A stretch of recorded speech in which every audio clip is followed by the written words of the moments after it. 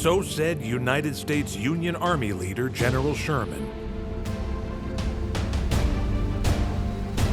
That's as true today as it was when he said it in the 1870s.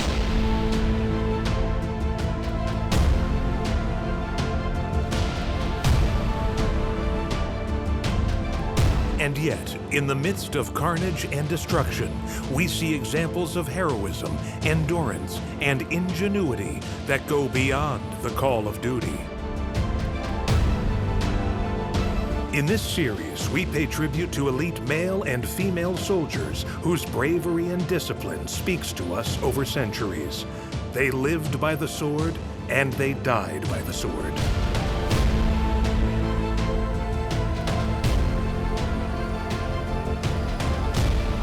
They followed the warrior's way.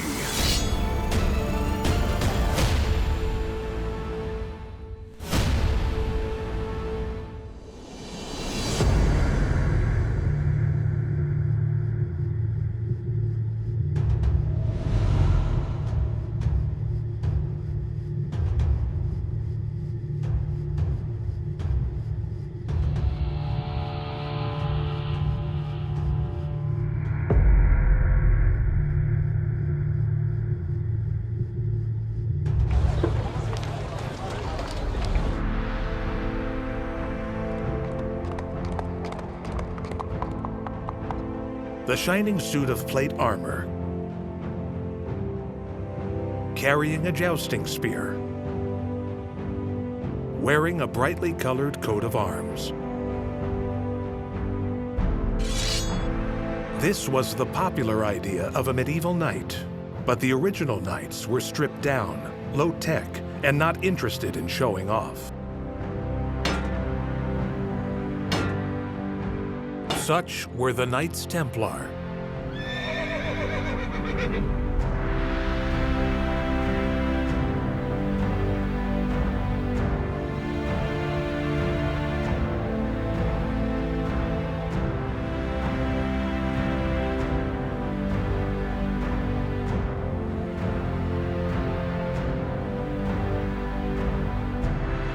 Actually, when we speak about knights as general, we need to consider a very large timeline, because we are talking about certain kind of warriors that somehow emerged since, let's say, 9th century, early warriors on horseback, to late Middle Ages, like 15th century. But starting from the 14th century and then moving on towards the 15th century, 16th century, actually you have the appearance of shining armors with iron plates. They could appear very beautiful, of course, shining under the sun.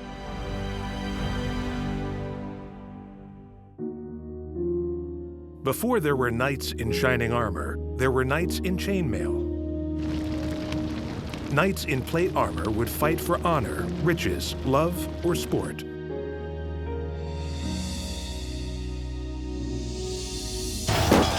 But the Knights Templar were strictly God's warriors, forged out of the Crusades.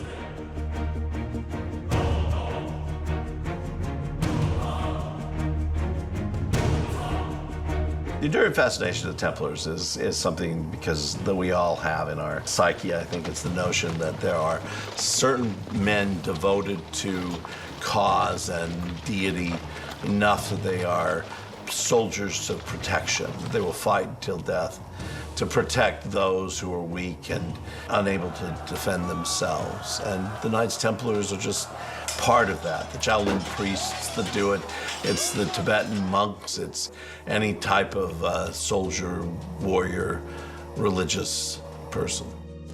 Their history was special because they grow, they develop from a very humble beginning, origin, into something great. Especially they managed to create and to develop a specific link with the Pope and then also with the King.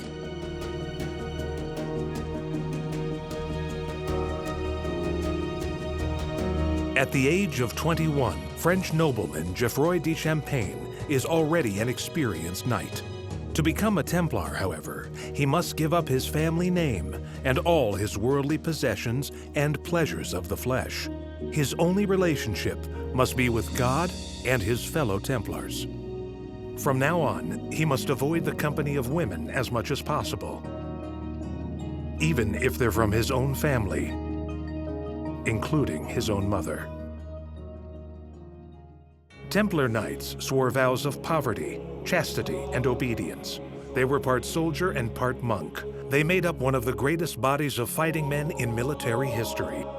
Temple Knights start out very humbly. So the Knights Templars and another group that was beginning at the same time, the Knights Hospitallers, both start out as helpmates for individuals, for the knights that are on crusade, the resident crusaders, to get them into care, to get them into old age care, or to get their wounds taken care of.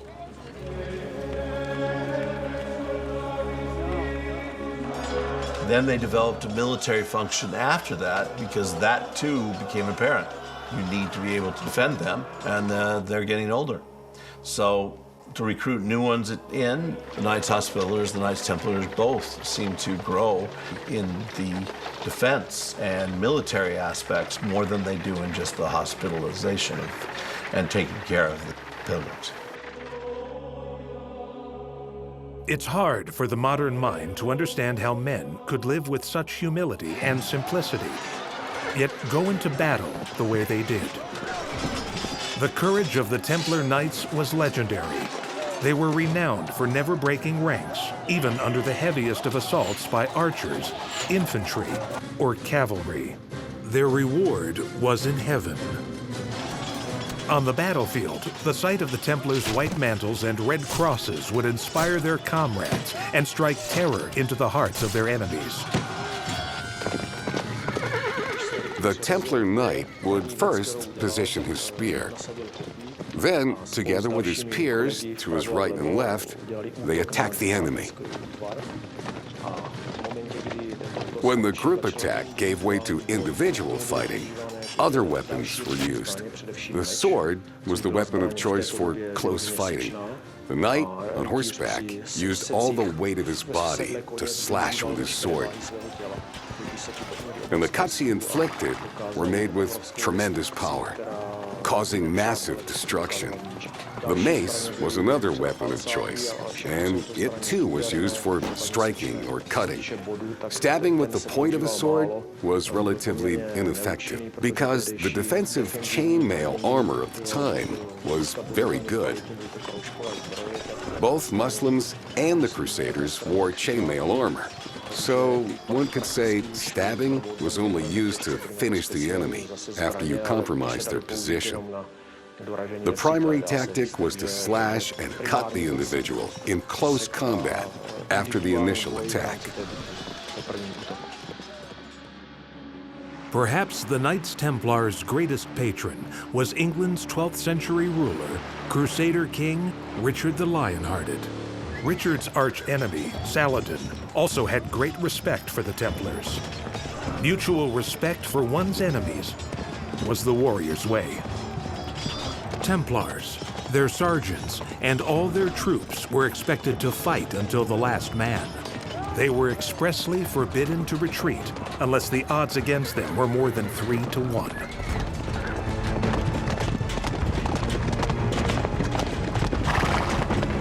Surrender was unheard of. They fought by their own code.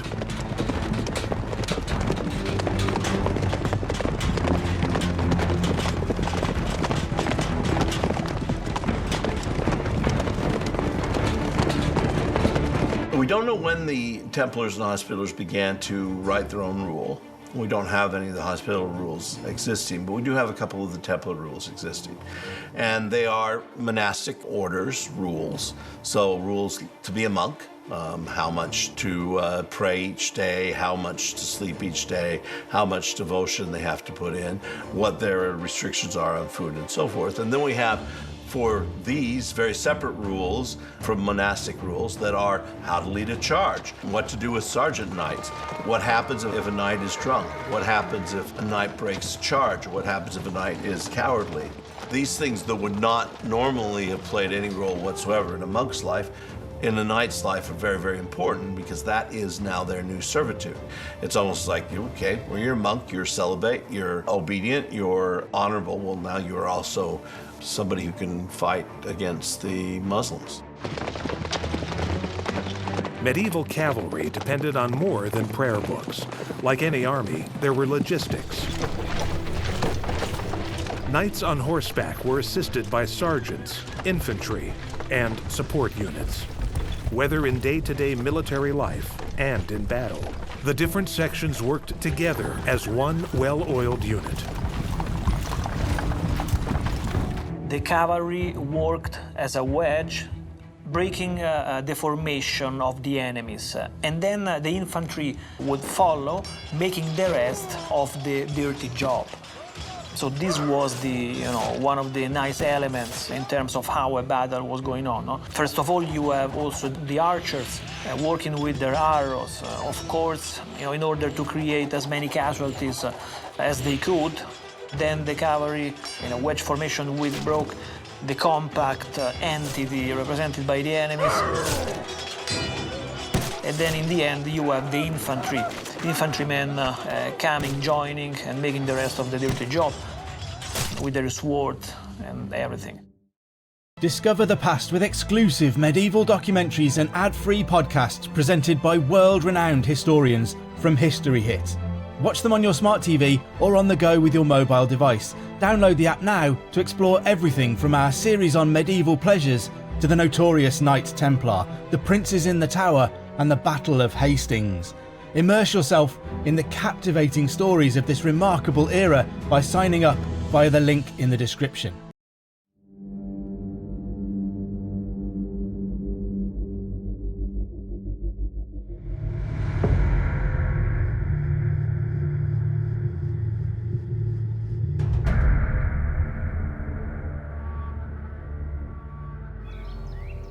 Like most noblemen of his age, Geoffroy de Champagne would have been trained from boyhood to fight. From the first time he hears about the Templar, Geoffroy is inspired to become one of these warriors of Christ.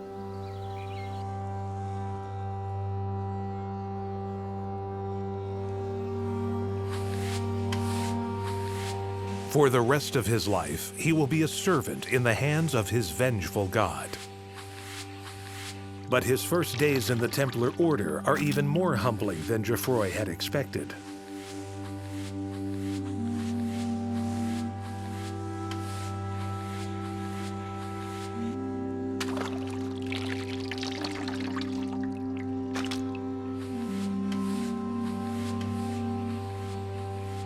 It might not happen actually that all noblemen were rich. It happened especially to the sons that were not being the firstborn sons, so they were not really having the luxury to get the land or get the servants or to be able to serve, to have actual money. So all younger sons, which were also noblemen, they were supposed to look their own way of life.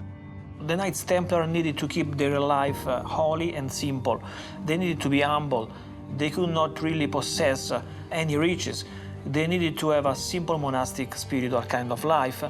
So they were called the poor fellow soldiers of Christ. This really identifies one of the main traits of these knights. They needed to be poor, they needed to be humble, they needed to fight, and to fight for Christ.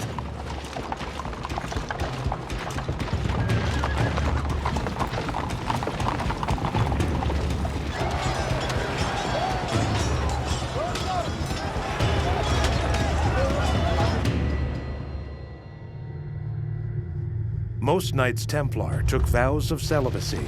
However, as there was a high demand for knights, it was possible to join the order for a set period of service before returning to civilian life. There were also the Fratres Conjugati, who were Templars permitted to marry. These Templars wore a black or brown mantle with a red cross to distinguish them from the celibate lifetime members.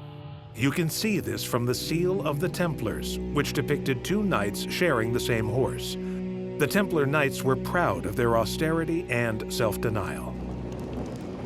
They lived a life completely entrenched in religious activities, in religious emotions as well. It was a very important context for them. So religion was just central in the Middle Ages, as I can say this, as economy is central for us today. So religion was so much also connected to economy, to economical activities, to politics. So everything spoke about religion. When they're appointing or when they're making religious individuals like the Knights Hospitaller and Knights Templar, they too were fanatics. They were a little bit more moderate in their religious showmanship, but they were fanatics, and they believed very firmly in their role. These were not just knights, or not just knights of the Temple Mount. These were knights of God. They were knights of Christ in the Holy Land. They were the defenders of the Holy Land.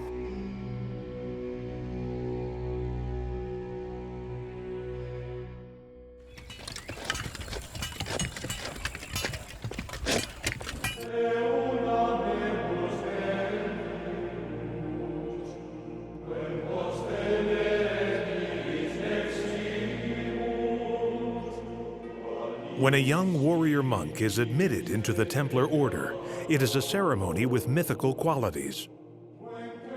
For the novitiates, like Geoffroy de Champagne, it is the culmination of a dream that started when he was 7, beginning his long apprenticeship to knighthood by serving as a page boy. A moment in which an individual became a Knight Templar, was a very important one. That was the most important moment in his whole life, I would say. So it was both a religious and a military kind of ceremony, but it was a very simple ceremony, I would say, in the medieval times. Very similar also to what you would have in other knightly contexts. It was very special and specific ritual organized for that purpose, generally in one of the houses of the Order of the Temple. Generally in a church, I would say, because it was a religious kind of investiture as well. So the Grand Master would invest the knight of his own specific role and task. So on that occasion, you, as a Knight Templar, would be provided with your white vest. You would be granted the right to be called a Knight Templar. There are dark tales about what went on in Templar initiation ceremonies. But now, there's no mistaking Geoffroy de Champagne for a page boy. He's a soldier of God at last. There is still one more mountain to climb after his initiation into the Templar Order, and that is to fight in battle with his brother knights and earn the right to wear the red cross on his cloak. So the Knights Templar had to take their vows, their religious vows, as any other religious in the Middle Ages. So they needed to take the 3 general religious vows, to which a 4th one was added: poverty, chastity, obedience. To this, a 4th, more specific vows was added, and that was concerning their military activity.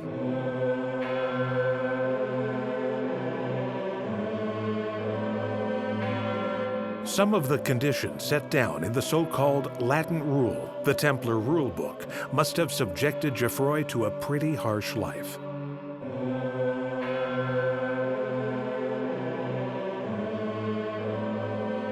Well, the Latin Rule was partially based on the Benedictine rules, so the rule of the Benedictine monks. Also, they could not receive any gift or a letter without letting the master know about it.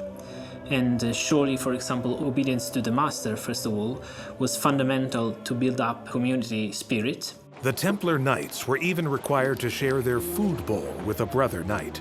One of the more interesting things about the rule is that they were supposed to eat together, 2 of them from the same bowl, but it's not because they were controlling that they will eat too much. It's opposite, that they were trying to eat too less, to be too humble to God.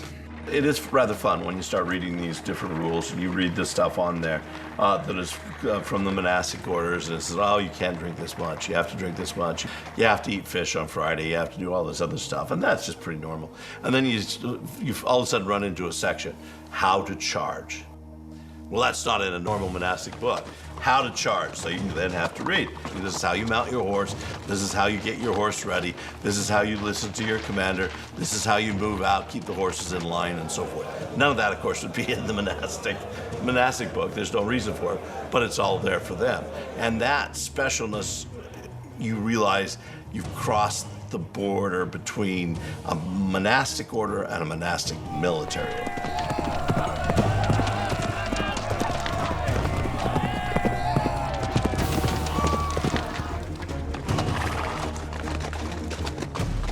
Knights would generally be in the service of a baron or lord who would provide them land grants in return for their lethal services.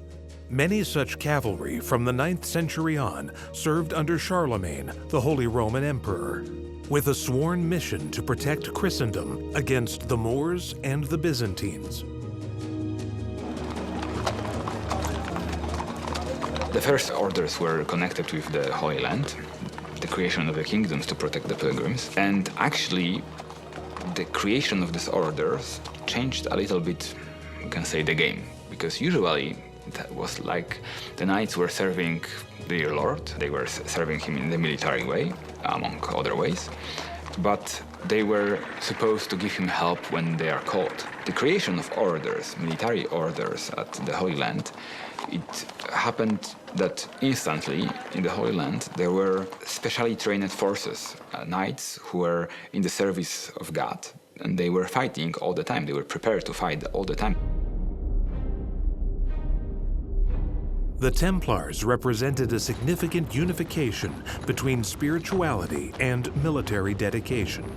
These were true soldiers of God, and in their ethos, their tactics, and their military precision and dedication, they represented a significant progression from what had gone before. For giving an example, we've got an idea pretty much of what the First Crusaders wore because it's on the Bayeux Tapestry. Not at all about the First Crusade, but about Norman conquest of England. And they're wearing the same type of outfits that they would have worn 20 years later, 30 years later, to go on the Crusades. Same type of nasal helmets, the same type of mail shirt that only went down towards to cover about half the arms, a kite shield, and a sword and a spear. That would have been probably it. Sometimes they would have had male leggings that were attached. They became more and more popular. That's what the army looked like as they went out. Now, somewhere within the first century, that changed. The armor became longer. It started to cover the body. Still male. Covers the hands. Still male. And it covers the back of the head. The helmet doesn't change till around 1200. Then it becomes more what we call the great helm that'll completely encase the head, which the nasal helmet did not. The shields become shorter, smaller, and so forth. All those changes were happening. By the end of the Crusades, 1291, say, the fall of the Latin kingdoms and in the Holy Land, those outfits are still state-of-the-art, but they're probably not what they could have gotten in Italy at that time. From the point of view of their weapons, I think that the most formidable weapon of the Knights Templar was their bravery. So they were brave, and above all, they were not scared about the idea of dying during the battle. So that was the most important weapon they had, because there was also this important call towards martyrdom, so towards becoming martyrs for God, for the sake of God, for the sake of their faith. So I would really say that also from the military point of view, this feeling that they had constituted the most important kind of weapon. And sometimes their enemies also were frightened because of this.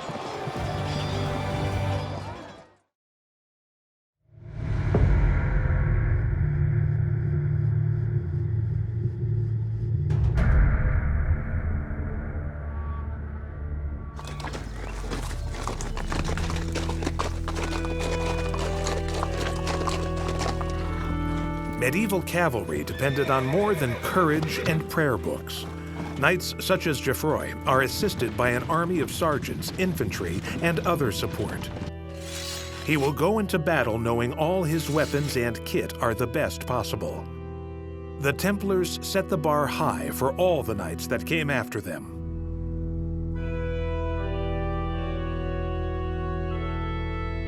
For years, archaeologists continue to find samples of chainmail armor. As an archaeologist, we are quite often finding such pieces during the excavations, not full chainmail armor, but parts of it.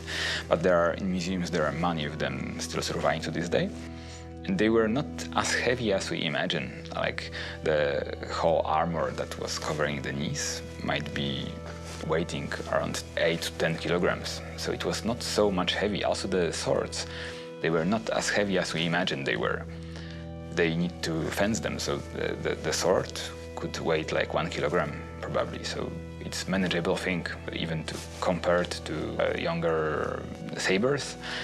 They were quite similar weight, so it was possible to fight them easily. But still, fighting on the horseback requires a lot of skill and a lot of practice. The romantic idea of a knight was that he had an almost mythic connection with his sword, something he would never give up on pain of death. We have these notions of mystical swords that are really good. Of course, we've got Excalibur, we have Durandal, we have these swords that are named, but very few King Arthur and Count Roland swords are floating around like this. The Knights Templars probably had theirs. We don't have any single Knights Templar sword that is associated with any single knight himself. They definitely had a sword. What happened if that sword was lost in a battle? They got another sword. I think that it's mostly a romantic way of perceiving a knight with their own trusted sword. Of course, there were famous swords, or magical swords in the way. Some of them are known to this day, like Durandal, the sword of Roland, for instance, or swords with names. Some swords have some inscriptions on them, some magic formulas, or they were related to courtly love or to other things. But for most people who were fighting, the sword was a tool of trade, so they were especially using it to fight. In addition to swords, knights also carried lances, spears, daggers, maces, and even heavy wooden clubs. How were these various weapons deployed during battle? Medieval knights. Their first assault weapon was a spear, because the purpose of the armored cavalry was simply to attack and literally hit the enemy's ranks. Thus, the spear was the first weapon of choice. After that, during individual fighting, knights used the sword, but also other weapons, such as the mace or even a dagger, especially if your man was on the ground. But definitely the most important weapons were the spear and the sword. We speak about the uniformity of equipment used by orders such as the Templars. We suppose that the Templars had organized the mass purchase of equipment. So the Templar Knights usually had a complete set of equipment purchased by their order. Knights in plate armor are obviously from a later time. The armor of the 9th to 12th century Crusades was mostly chainmail, which of course is what Geoffroy is wearing.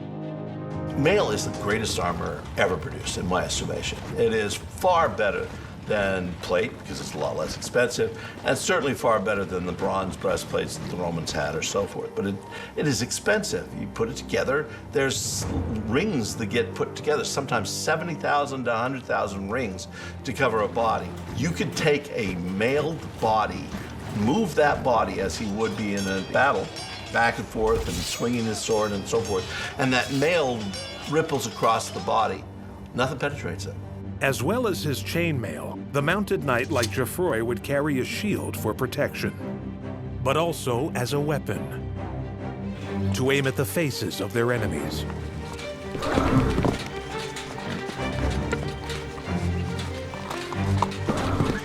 Knights always carried shields, we do know this. But it's a strange notion as to how they actually used them. In tournaments and so forth, we know that they were mostly targets for the opposing side to make sure that he didn't hit a vulnerable spot on his opponent in a tournament. But how would they be used in combat? It's really a curious thing, and I've seen reenactors try to fight with them. They're pretty unwieldy.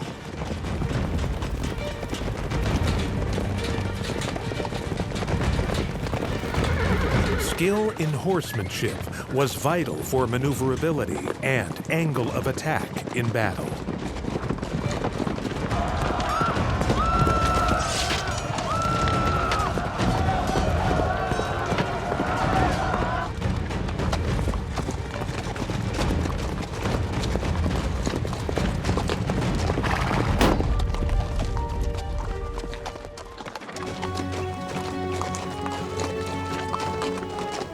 Of course, if you are a knight, you need a horse. You are a knight because you have a horse, you know how to mount a horse, and you know how to fight horseback. This said, it's important for the knight, it's important for a knight to have more than one horse, because a horse can get sick, can get stabbed during the battle, of course, so you need to have substitution.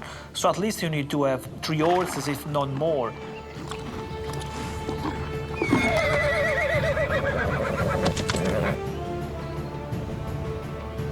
There's an old saying, you can still make a rider at puberty. After that, never.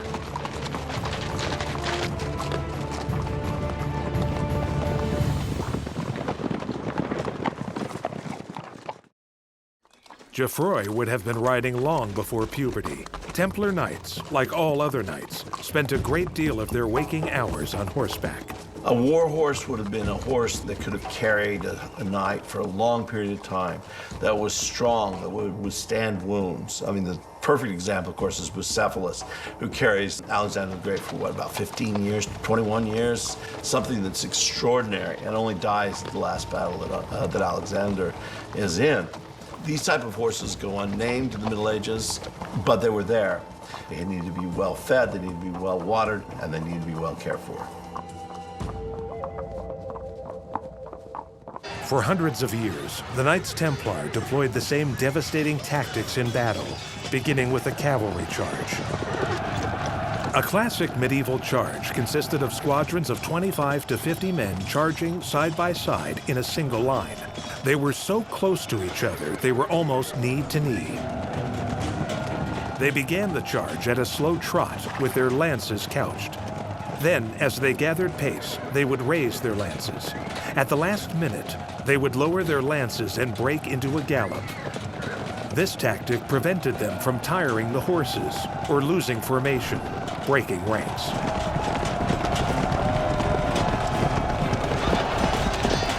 Well-used attack cavalry can be absolutely stunning, and this is a thing that we are also, as a modern people, a little bit not used to. We rarely see humans on horses in towns or in everyday life, but the sight of a running horse in a full gallop, warrior with a spear or lance or even a sword charging is really terrifying. It's a thing that can make you run. On their huge war horses, they would charge headlong at the enemy. The earth below rumbling under their weight. They brought tremendous psychological shock and awe to the battlefield. When on the move and in action, they were both the special forces and elite mobile heavy cavalry units of their day. A good comparison today might be a US M1 Abrams tank unit. Fast and almost impervious to battlefield assault.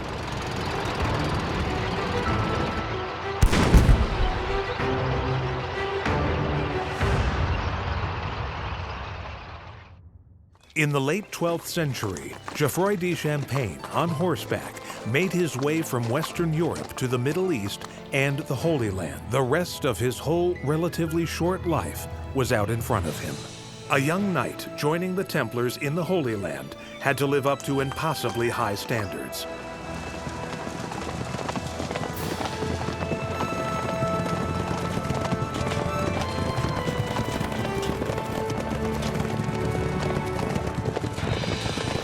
The Templars' headquarters in Jerusalem was on Temple Mount, or Haram es-Sharif. Today, as then, it is a holy site for Jews, Christians, and Muslims alike. In the Middle Ages, it was believed this is where the Temple of Solomon once stood. To this day, some believe there is an underground crypt where the Templar Knights kept priceless religious relics, like the Shroud of Jesus, the head of John the Baptist, the Ark of the Covenant, and even the Holy Grail. But most bona fide historians are more skeptical. In fact, we know what their best relic was. This was, in fact, the hand cloth that was the white Christ's face.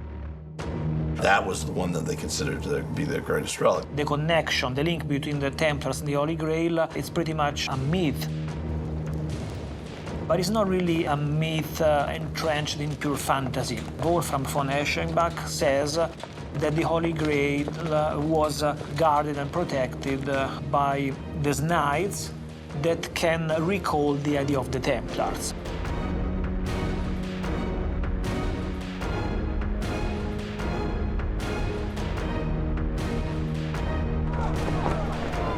The Order of the Templars was formed in 1119, after the First Crusade, to protect pilgrims on the road to Jerusalem.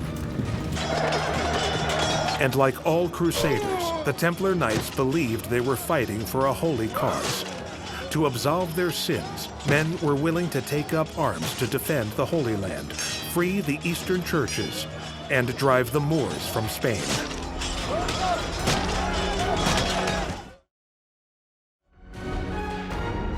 All who die by the way, whether by land or by sea, or in battle against the pagans, shall have immediate remission of sins. This I grant them through the power of God, from which I am invested. Let those who for a long time have been robbers now become knights. Let those who have been fighting against their brothers and relatives now fight in a proper way against the barbarians.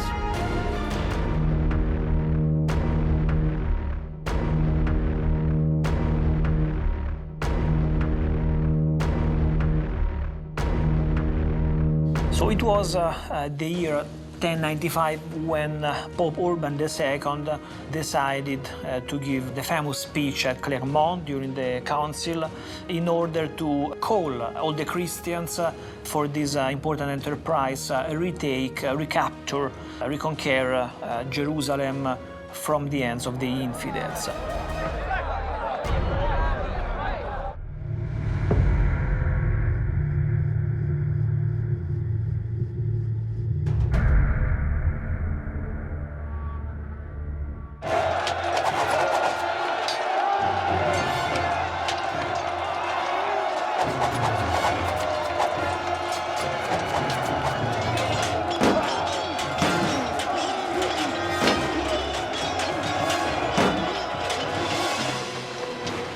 In its heyday, the Templar army would have been made up of as many as 160,000 Templar infantry and support staff, all assisting, in their way, the 20,000 knights in armor on the field.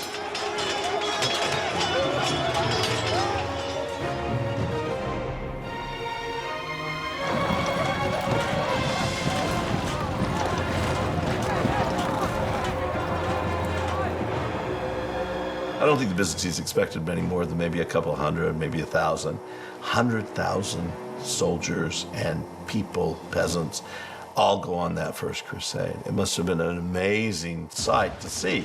Unfortunately, the first 35,000 or so aren't soldiers at all. They're peasants. They've gone on their own to this crusade. They've answered what Urban was requesting, but not in the spirit that Urban was requesting. He wanted soldiers. They show up, Byzantines take them across the Bosphorus, and they're killed almost immediately or made slaves. Then the knights show up, 75,000, 60 to 75,000. And these are also far more extensive than the Byzantine Empire could ever have. But they're the ones who will go all the way to Jerusalem. And while they're there, their size will diminish at the very end to about 5,000. Consequently, there's a need for recruitment. This is the origins of medieval monastic military unit.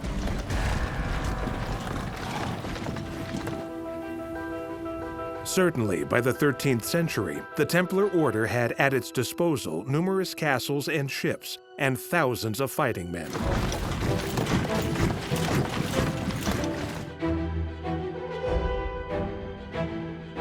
In In the Holy Land alone, the Templars built and defended the fortress at Tortosa, or Tartus, in Syria.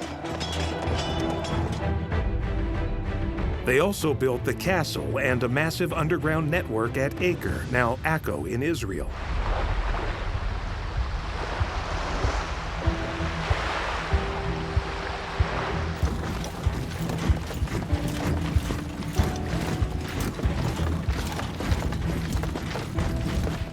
These Templar castles were part of a network of Crusader fortifications, such as Chastel Blanc and Chastel Rouge, and the massive Croix des Chevaliers.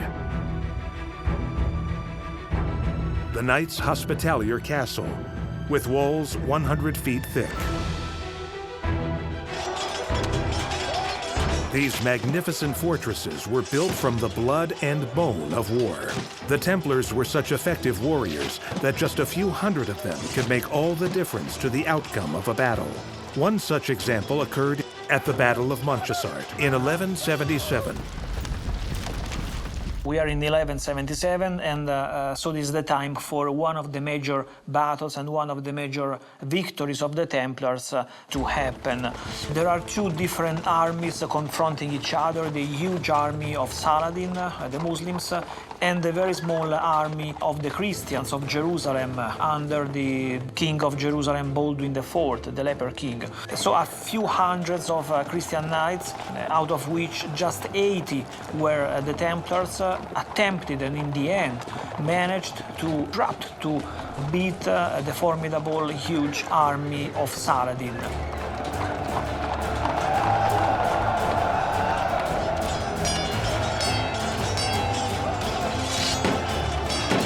Just 500 Templar knights and a few thousand infantry remarkably resisted the 26,000-strong army of Saladin.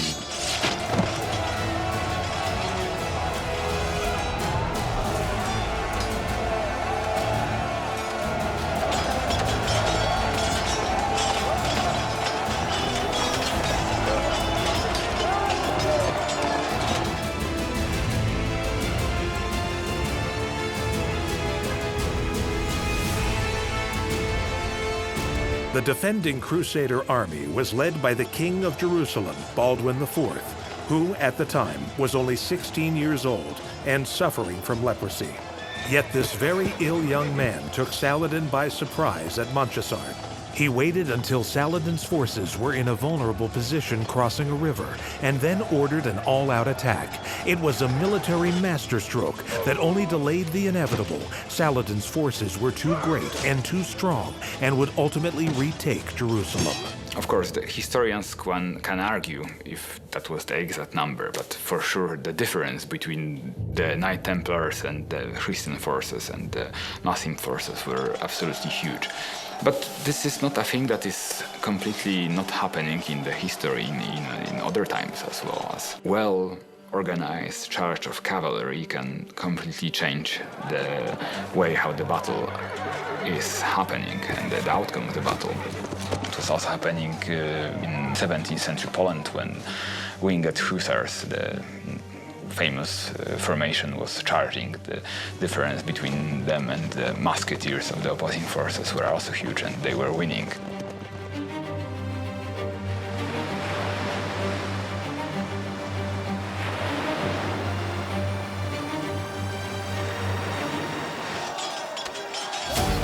Geoffroy is now a battle-hardened warrior.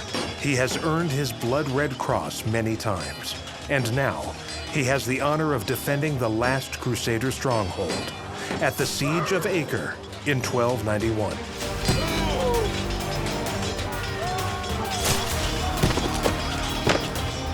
It's unfortunate, but the two most renowned battles and sieges that are fought by the Templars are both losses. There's the loss of the Battle of Hattin in 1187 and the final loss of the Crusades in 1291 at the Siege of Acre. In 1291, they're there because they're pretty much the only ones left. Everybody has left the Holy Land by this time, and it's only those who are most dedicated to holding on to Christendom in the Middle East that stay. And these are this group of Hospitallers and this group of Templars. And they hang on until they are defeated. But having both those defeats gives us a sense that, well, maybe they weren't that good. They were good. They were really good. You need your best people, even at defeat.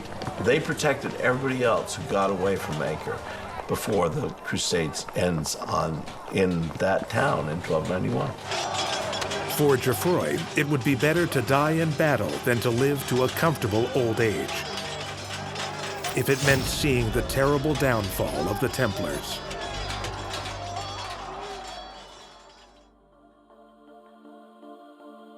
For almost 200 years, the Templars operated above the law of the land, owing allegiance to no king. Only the Pope could command them. But the fact is, once the Crusaders left the Holy Land for good in 1292, nobody wanted the Templars carving out their own kingdom in Christendom. On the orders of the French king and sanctioned by the Pope, the Templars in France were arrested on Friday the 13th of October 1307. Templar knights were tortured to extract confessions and burned at the stake. But it was said their Grand Master, Jacques de Molay, was defiant to the last. Even as the flames consumed him, he shouted those responsible would soon die. And within less than a year, both the king and the Pope were dead. Templar Knights are definitely something that will be, I think, for all the time remembered in the history of warriors. Knights themselves, fighters on the horseback, and monks at the same time. They were serving the god with their strength and with their faith, and they were all the time fighting for the name of the god.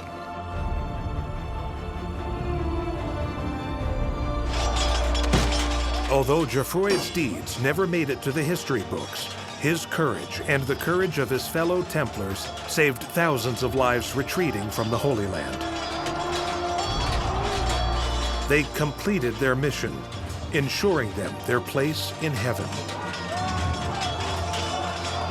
Few military orders were more brutal than was the order stamping out the Templar Knights.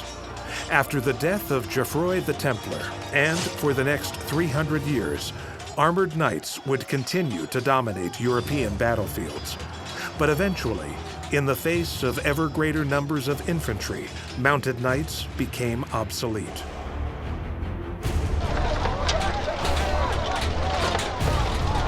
Gunpowder spelled the end for those wearing plate armor.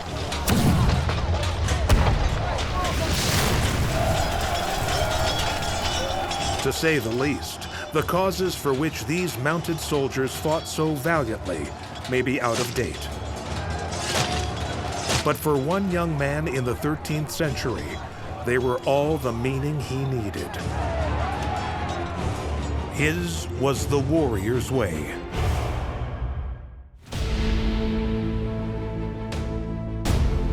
The soldier, above all others, prays for peace, for it is the soldier who must suffer and bear the deepest wounds and scars of war. General Douglas MacArthur. That's as true today as it was when MacArthur said it.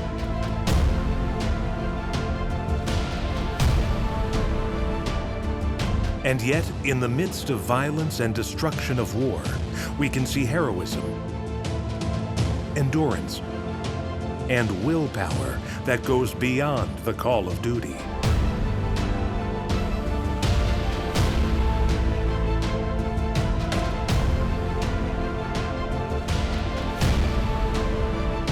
They lived by the sword, and they died by the sword. They followed the warrior's way.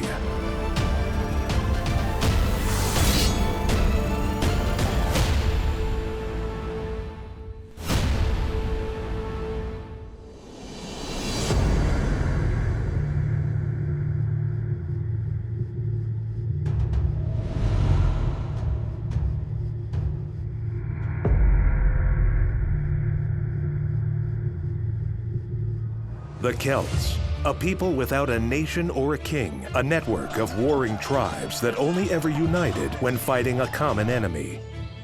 Maybe they weren't barbarians, but they sure did fight an awful lot. What would it have taken to be a leader of men in such a warrior society. Drustin, the man who would be chief, is born in what today is the Czech Republic in the 4th century BCE. Referred to as Latin culture, this was a high point for the Celtic peoples.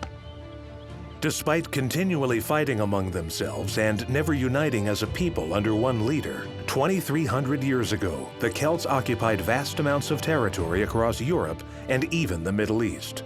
From the grave of a Celtic warrior found in Michikvosti, Bohemia, in the modern-day Czech Republic in Central Europe, we can try to reconstruct what his life might have been like. One of the things that has developed, especially since the 20th century, although there was a huge find also in the 17th century, are the Celtic remains, bodies that have been inhumed in graves with grave goods. And so not only do we see the stature of the bodies and perhaps some of the wounds that may have done them in, but we also have a very, very nice array of weapons and defensive armaments, sometimes foodstuffs and preparations, maybe even a horse and maybe even a boat. The archaeologists have been able to deduce quite a lot about this corpse, dead before he turned 40. Well, that was pretty typical for this era. Be that as it may, he was definitely someone of importance. We know because he was buried in his fine cloak. We would like to think he might have been a Celtic chieftain.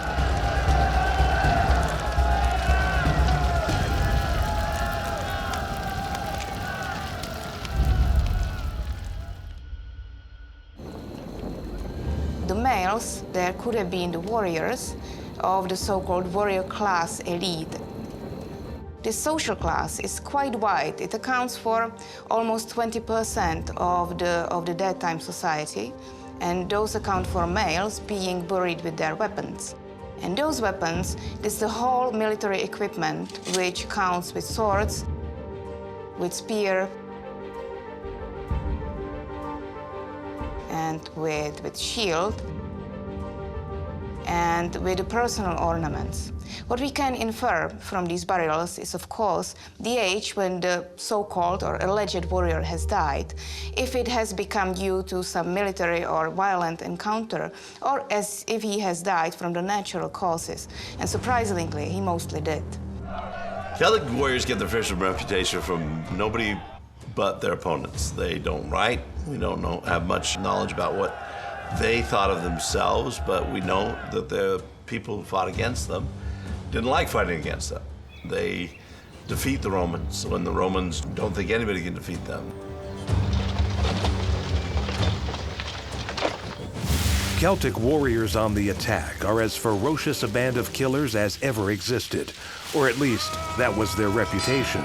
There is no doubt they were brutal in combat, but so were many other warrior creeds.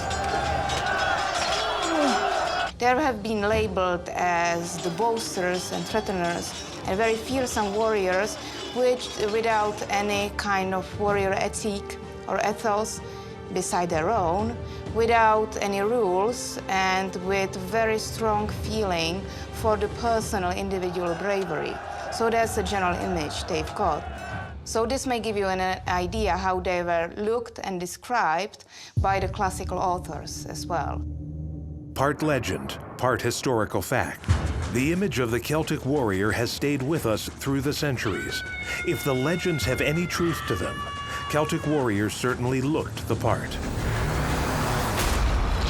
Some were tattooed, and the Celts of legend had their bodies painted in blue woad. Some even fought buck naked. The Celts, especially in some parts of Europe, for example, in what is nowadays Scotland, so they used to depict themselves, not to paint themselves, with these bluish colors. So for this reason, they were named Picti, the painted ones, by the Romans. So all these elements put together highlight how the Celtic warriors used to appear as something completely different to the eyes of the Romans and also to the eyes of the Greeks. Perhaps what made the Celts so fearsome, at least in the minds of others, was their independence. And we must reserve judgment and recall that history is written by the victorious.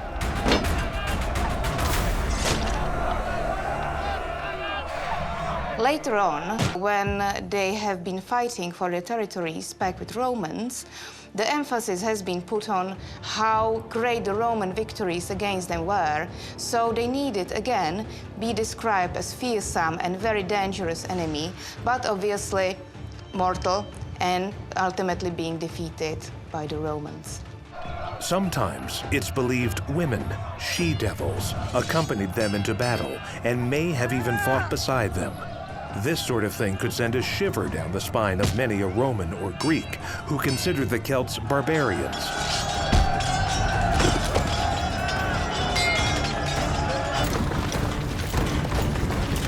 And it wasn't just down to appearances.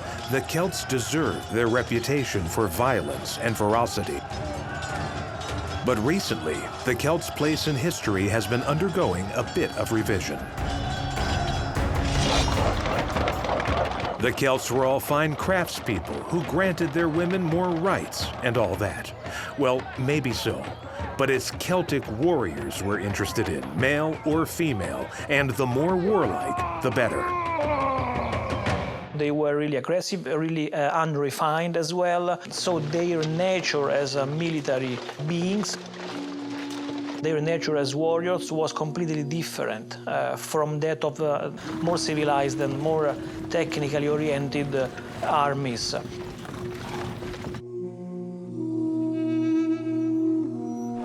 All cultures, all people, they evolve in time. And same as that, the Latin culture, Latin civilization as we called it evolved from the 4th century when we encountered them fighting against the Romans on the capital to the 1st century when they are disappearing from the archaeological record in Central Europe.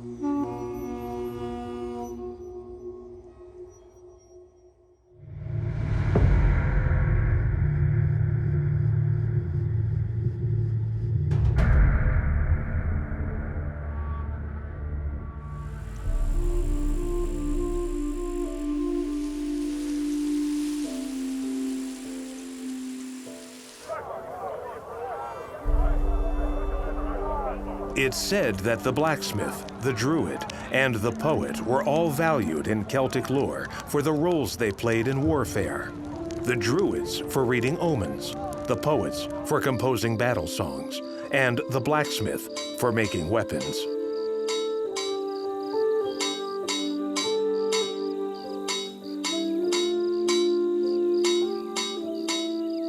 This is Drustan's father, Gobin, a man of good standing in the tribe. He has come to pick out a sword for his son. He wants the best for his boy, and the day has come to order a sword from the blacksmith, a man he's known for many years. He carefully chooses which sword will be Drustan's first.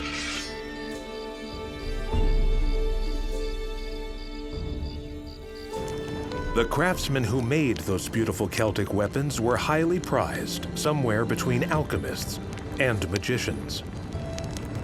Metallurgists were seen as something we would call shamans because they worked with fire and had access to procedures and technologies that were inaccessible to ordinary people.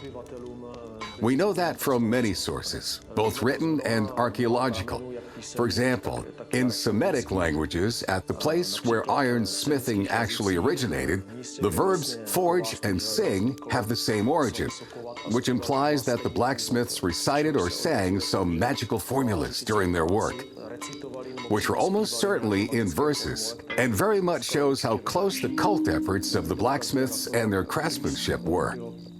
In short, work with fire was related to the cult of all early civilizations, and the Celts were no exception.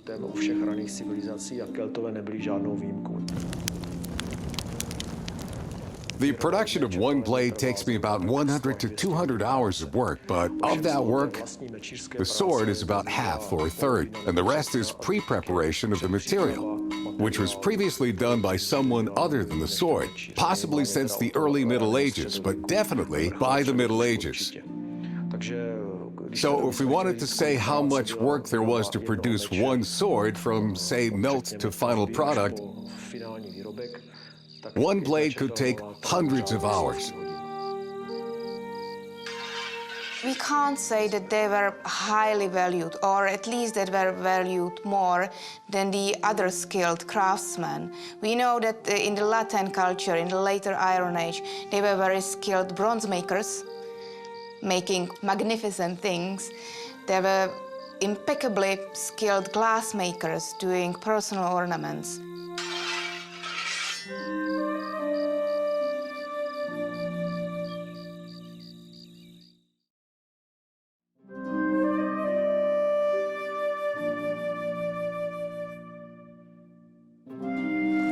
Swords play a big part in Celtic mythology and spirituality.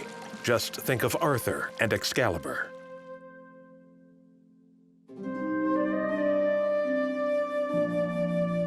The Latin swords are very beautiful. It can be said that the Celtic feeling of beauty, as we could observe those artifacts, including swords, was very similar to ours. Regarding the decoration, plant ornaments and various symbols used by the Celts, they are very similar to our Art Nouveau, which is about 100 years old, and therefore they seem close to us with their preference for nature, which in fact, only with modern times is again in our minds. The Celts also used different weapons as well. They had long, thin spearheads that would be on the end of spears, or maybe even what we would call lances, although they were never as long as the Greeks. They had weapons that they would attach to clubs, we would later call maces. And certain groups, especially those that were found in Gaul, had these throwing axes that were quite fun. They were oddly shaped and they were perfectly weighted, and they loved to throw them at a great distance. Couldn't be the length of an arrow, for example, but at a medium difference, as they're closing in on the Romans, they would heave one or two of these throwing axes into the Romans, and if nothing else, they'd get stuck in the shields and weigh the Roman shields down. Most often they made it through, and in that case, they would penetrate pretty much anything the Romans were wearing. The Celtic throwing axe probably doesn't get its due.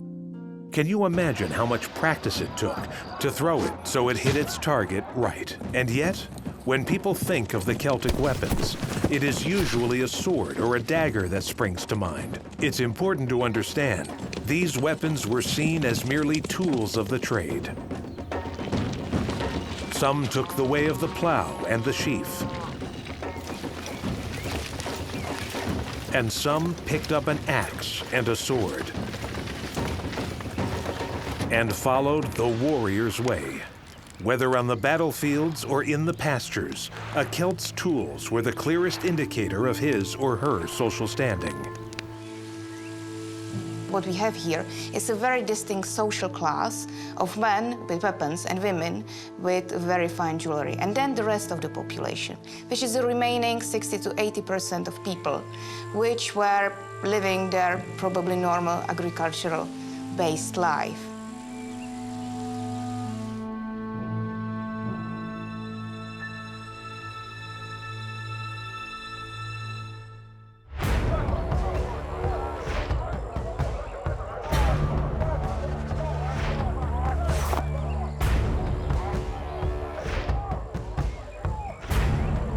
The Celts made weapons that were minor works of art, setting them apart from the other weapons of this period. But not every Celt got to use weapons of such quality. Drustin is lucky to have a father who can afford to buy him such a fine sword. The young man will soon find out how hard he must work to earn such a gift. When Drustin is still a boy, he is presented with his first real sword, double-edged and super sharp. The Celtic sword was as handsome as it was deadly. Much is made in popular histories of warriors and their trusty swords, but the Celts were one of the few warrior creeds whose weapons and armaments were genuine treasures, works of art.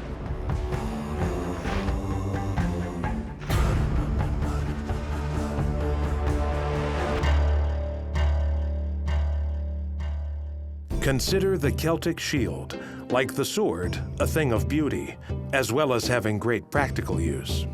Celtic warriors depended on their shields almost as much as their weapons. One of the nice things about studying the Celts, and again, we usually do it only from the perspective of them fighting the Romans, is that their artwork is somewhat different. Romans have big, grand artwork, pretty much, I guess, exemplifying the big, grand empire that was the Romans. The Celts were much smaller, much floral, animalistic, all these other motifs that were put, and they were great metalsmiths. Their swords, which were, of course, metal, the hilts of their swords would be immaculately decorated.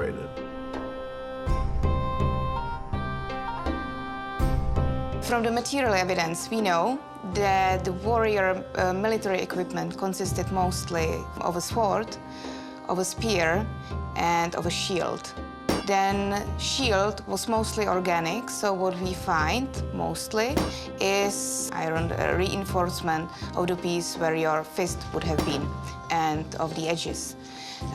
What we know also, and this is very interesting to say, that this military equipment was standardized according to the military customs of that era, to the way of fighting. But on the contrary, they were very individualized according to the personality of the bearer. So you wouldn't probably find two same weapons on the same cemetery in the same area, in the whole territory of the Latin culture. You can find very similar weapons, but not two exactly the same. This is probably due to the thing that the weapons were very personal to their owner, and they stayed with him for his whole life.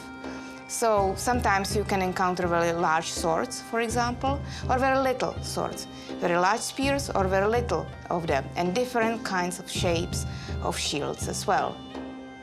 Like all Celtic warriors, young Drustin must learn how to use this sword and other weapons while still a lad.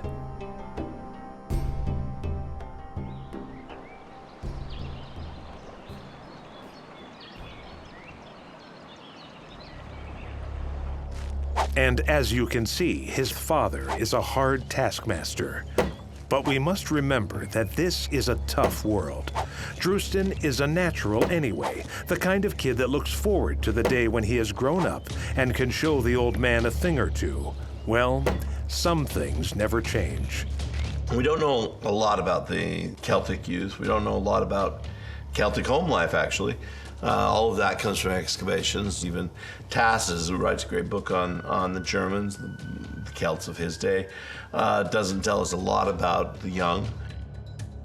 But we do know that from a very early age, a Celtic boy was raised in the use of arms, probably using wooden replicas initially, although none of these have been found in graves. And their skills and techniques, their education would be placed in that area. But by and large, they just grew up with the weapons, and they knew to defend against wild animals, against opposing forces, and sometimes against a Roman or two.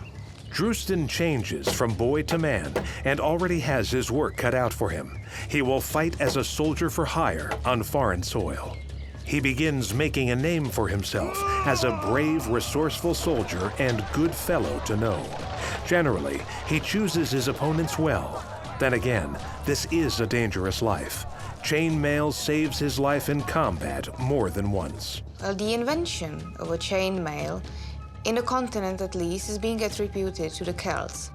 And they were very precise in their construction because the pieces, the individual rings, were connected by little rivets, which were reinforcing the whole structure. And this is counted as a Celtic invention, actually.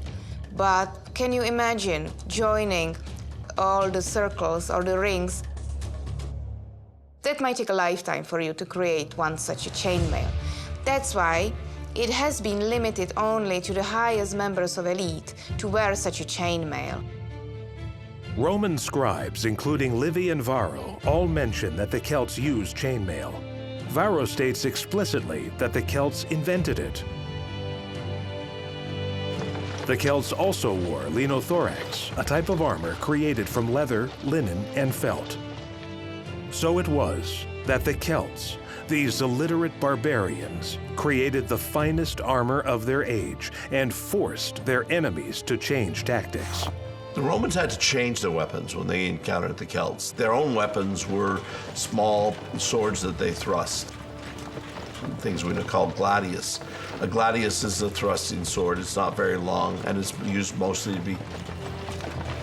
be used behind a shield. The Celts were on horseback, and so their swords were longer, and the Romans actually had to develop swords that were longer to make sure that they could hit the Celts in their saddles, because the Celts would actually fight with these swords that were a bit longer and could reach down. If the Romans couldn't reach up, then that meant there was only death on one side.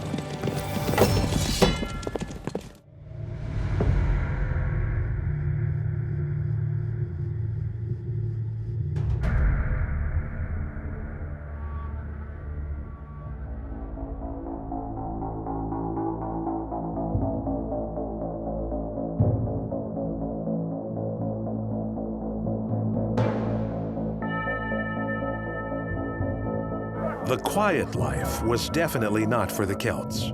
Drustin embodies that warrior spirit. He can see clearly that in the world in which he lives, being a skilled practitioner in the ways of war is almost the only way to get ahead in life.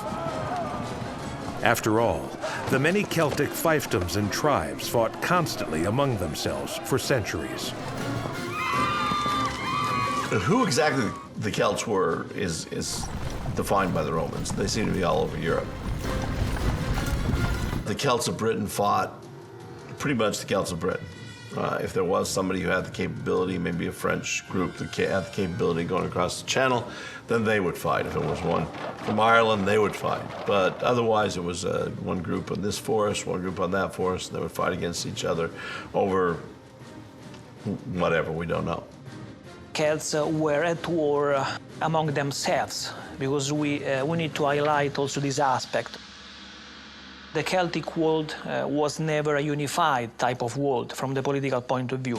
So the Celtic entity, or the Celtic ecumene, as we could say, used to be divided, split into several factions, into several tribes. And so very often these tribes were at war one against the other. But also the striking point from here is that these Celts used to spread all over continental Europe from one side to the other, east to west, and also onto the British Isles.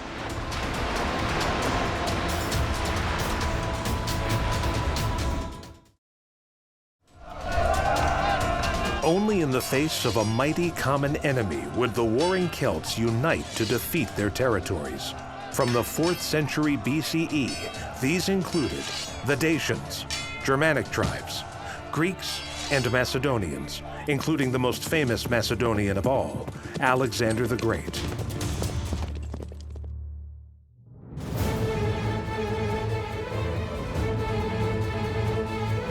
But the Celtic world's arch-enemy was the Roman Empire.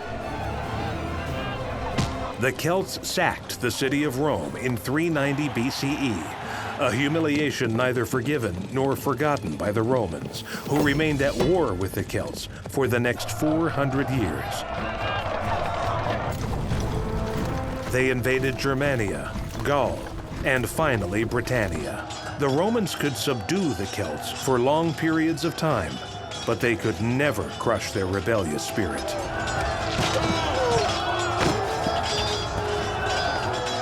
So let's say that at least from the year 390 before Common Era, when Brennus managed to defeat the Roman troops at the Battle of the Alli and then to sack Rome, which was a huge kind of outrage for that important city, Rome, developing as a republic. From that time, the Celts had numerous encounters with the Romans with different kind of consequences. It's also true that basically in the 2nd century, before Common Era, the Romans started to develop a very specific and tailored anti-Celtic strategy. So they began to push the Celtic tribes up to the north and even farther beyond the Alps.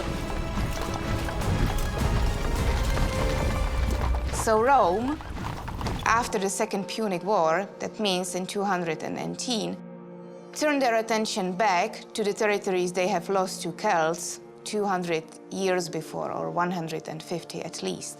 And they started offensive campaigns against Celts with the purpose of adjacing the territories in the northern Italy back to Rome. And they have succeeded after several years of military campaigns. And the local Celts that were settling there were being either killed off, subordinated, or mostly turned away from the territory. So there was a matter of an existence and something which they were fighting for.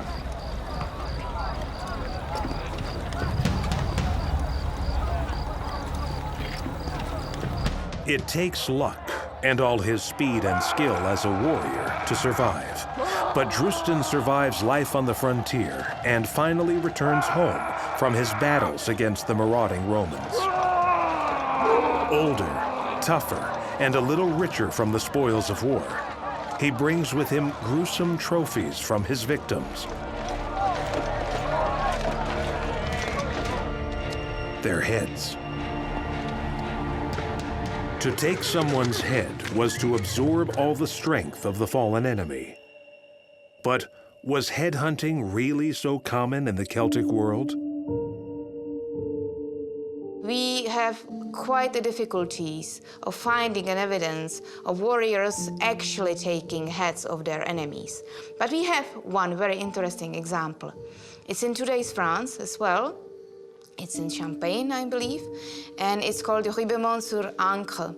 It's a site in France, probably a site of an ancient battlefield when the army of the defeated was on a display on some wooden construction. And archaeologists have found many dozens of corpses, and those corpses were headless. So their heads were severed, they were taken away, and the rest of the corpses were mounted on a certain sort of a wooden kind of a display. Legend has it the Celts would tie the heads of their enemies around their waists before going into battle. But that may be one tall tale too far. A head is what, 10 pounds, 20 pounds, probably 10 pounds.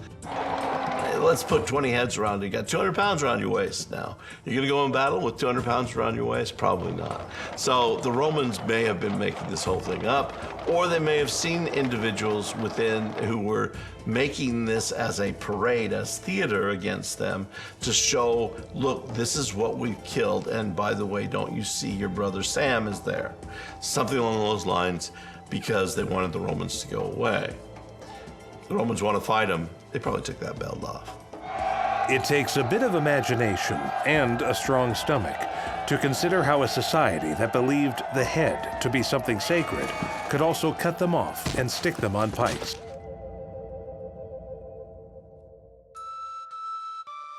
Violence bled through into so many aspects of Celtic life.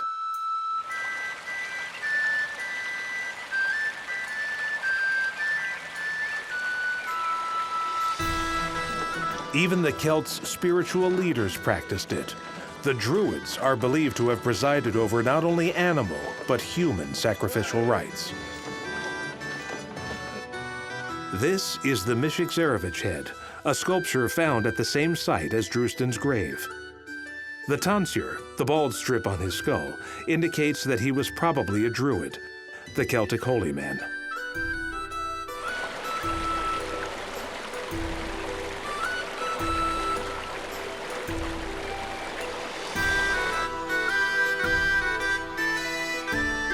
The Druids constitute a very specific social class within the context of the Celtic world. So they were many things at the same time.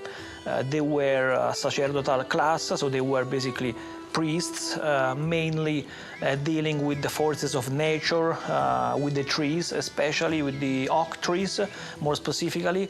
They could also be sort of masters, also poets sometimes. I mean, so they were related to all that was intangible, spiritual. So they took care of that side of human life for the Celts. I would say. So also because of this and because of other maybe stories or mythologies, such as the ones referring to human sacrifices, for example, the Druids were seen pretty much with suspicion by the Romans, for example, who managed to wipe them out from the face of the Celtic world. Forest ring forts and stone oppidums were the fortified compounds where settled Celtic tribes lived together. This ring of trees is the remains of a ring fort in western Bohemia, officially called Česká Chotica. Remains like this may not be as majestic as a ruined medieval castle, but oppidums, or ring forts, were strategically located and built to withstand enemy onslaughts. Česká Chotica was inhabited during the late period of Latin culture, the 2nd century before the Common Era. It became part of the Amber Road, the commercial traveler's route of the Celtic world.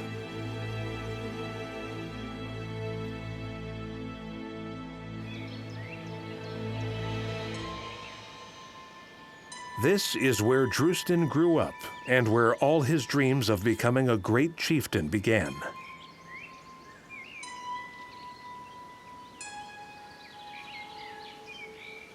An oppidum, as we know it from the continental Europe, has a very typical and very specific form of fortification. The fortification consists of a stone-facing wall with the upright wooden beams and the earthen rampart, which is adjacent to it from the back. And with the stone-facing wall, the rampart is being connected by the horizontally laid beams. Because there was so much warfare, and because so many people were raiders versus actual farmers and maybe even hunter-gatherers, there needed to be some protection. And the easiest protection to build was an earthen rampart. You put wood on top of it, and that would help make it larger, but a wooden rampart created both a ditch in front of it and a wooden wall.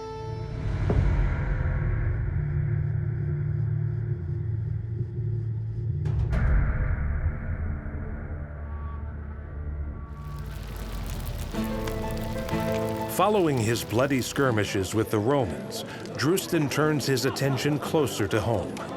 After showing himself to be a dab hand at slaughtering their foreign enemies, he needs to cement his position and prestige by imposing his will on his nearby neighbors.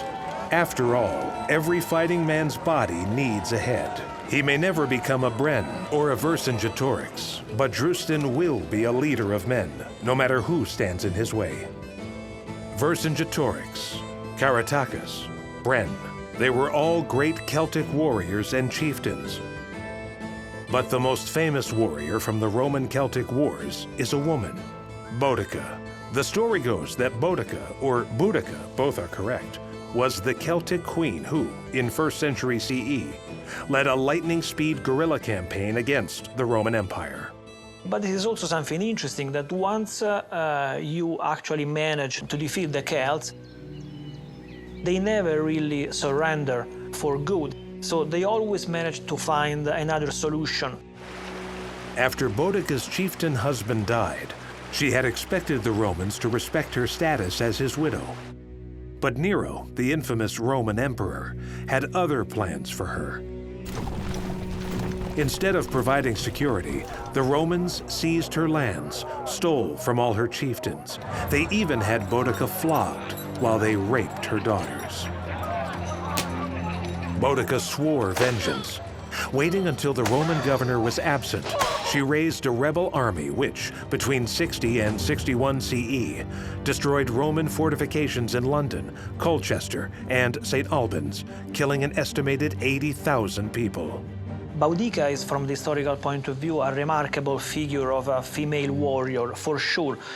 So she dared to confront herself and the Iceni tribe, which was her tribe, her ethnicity, with the Romans.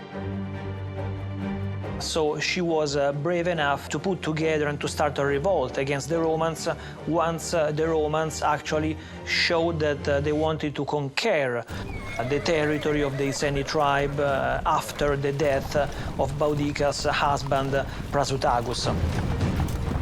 So she was a remarkable figure of a female warrior. She was a leader. She was very strong. The description that we get from the historian Cassius Dio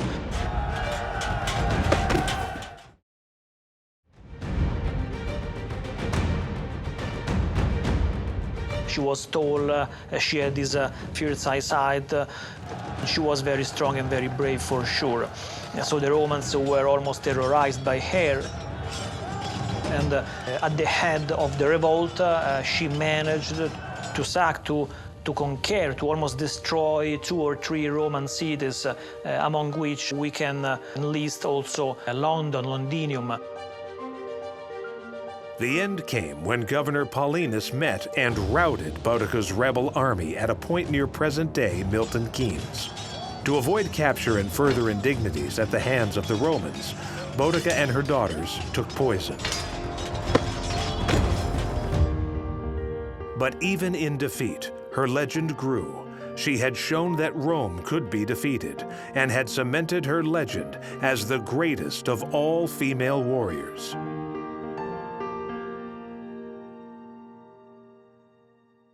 Boadicea rides in a chariot, there's no question.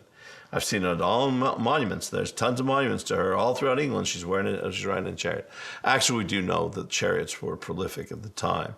There would have been no way that she would have ridden anything else. In fact, the strange thing is that the British are using chariots when they're long gone from the Roman society. Romans are either riding horses or they're in carts. For Boadicea to ride in a chariot, that's something. Somewhere along the line, and I don't think it was the Romans, but somewhere along the line said, you know what? Those scythe chariots that the Persians had in the Bible, that must have been what she was using up in England. And Boudica was not the only one. A Celtic grave in the Czech Republic was found to be that of a woman buried with her sword. Only celebrated warriors were buried with their weapons and shields. The sword was worn on a belt around her waist, suggesting it might not have been a ceremonial weapon.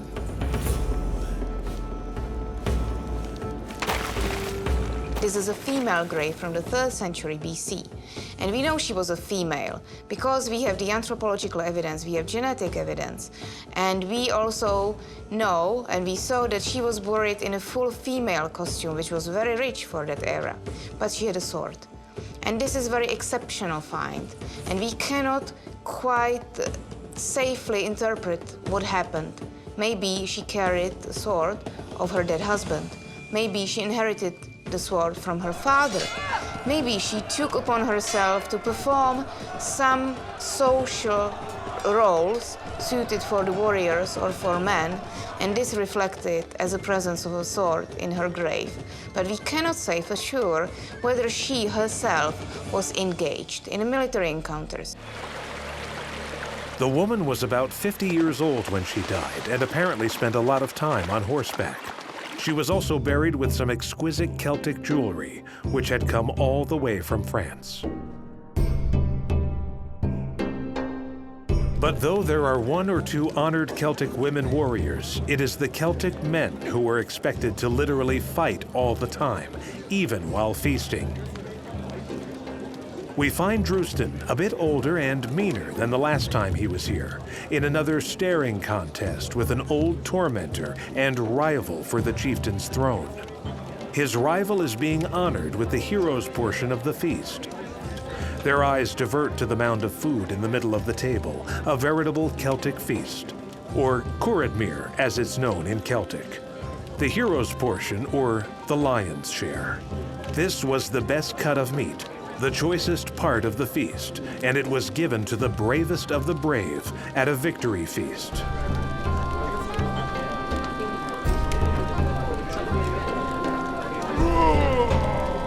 But worth fighting and maybe dying for? You be the judge. So we have written accounts that they were fighting at feasts, they were fighting over piece of meat, they were fighting over anything, basically, according to the written sources.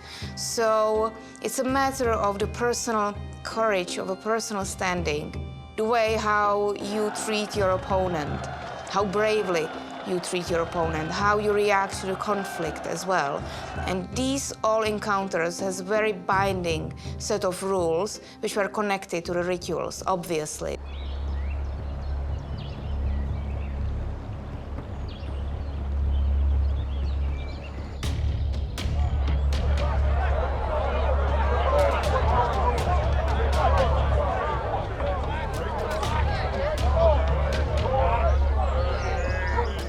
Celts have their own legends, but they seem to be written by somebody else. And they tell us that honor is the most important thing among a warrior. This is not unusual. When we see elite forces, the warrior's way, if you will.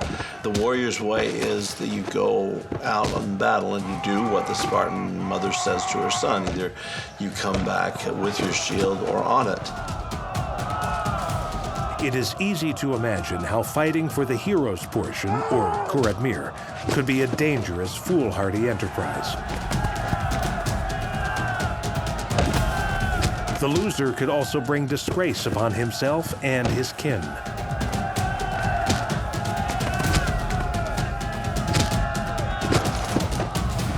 On the other hand, in this warrior society, winning the Kuradmir could help make a man's reputation. And fortune, as they say, favors the bold. In this case, Drustin is the winner.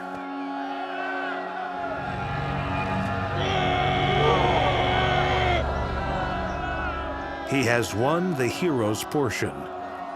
But where can this happy warrior go from here?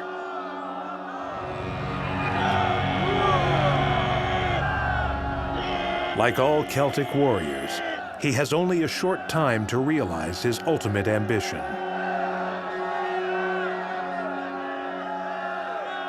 Well, that's a thing. We are talking about a very short period of time, in fact, where the Celts, as we can call them, were in offensive. It was the beginning of the so-called Celtic expansion, which took place from the beginning of the 4th century BC. We do not know what happened in the original territory. The original territory spanned across Central Europe, basically, the southern part of Germany, Bohemia, Moravia, and Slovakia and parts of Austria and Hungary. This is the area which is associated with the so-called Hallstatt culture from the early Iron Age between the 8th and the 4th century BC.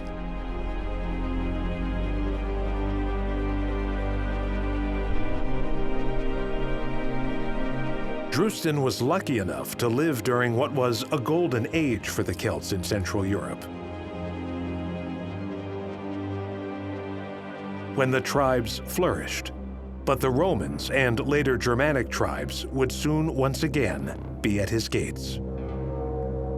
One of the most curious things about studying pre-modern society and warfare is how much there was.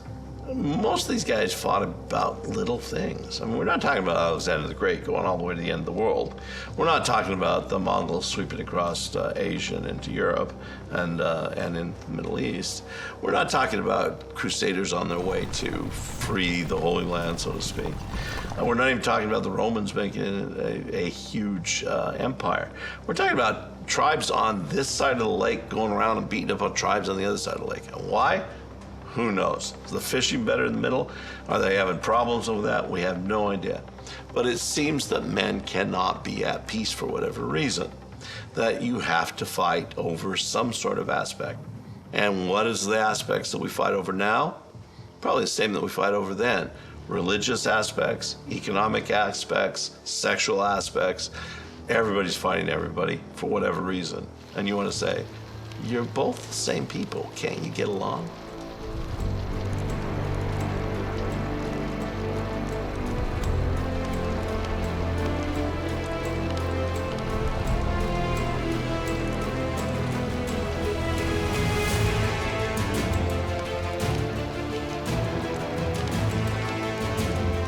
In a few years, the Celtic Druid presides over Drustan's initiation ceremony as chief. He has become tribal chieftain, not exactly by winning a scrap over the hero's portion at dinner, but by being more aggressive, more territorial, and more ruthless than his rivals. Let him revel in it, since he won't have long to enjoy it.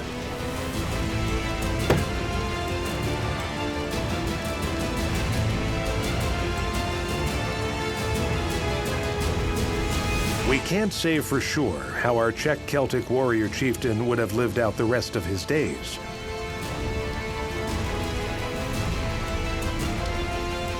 But we do know he would have defended his homeland to his very last breath. Ironically, some 500 years later, it would be the fall of the Roman Empire that would signal the beginning of the end for the Celtic peoples. But give them their due. They had had a long and glorious ride in the warrior's way.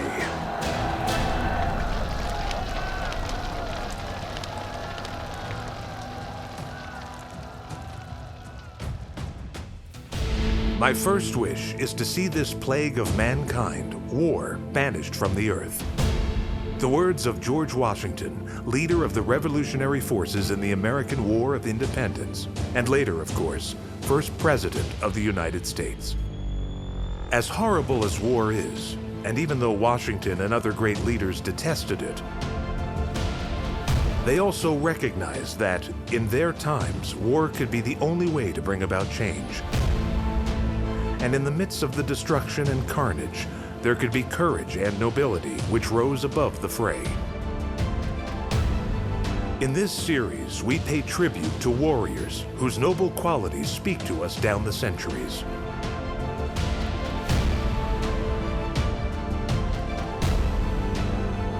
Whether fighting the good fight or defending a lost cause, they followed the warrior's way.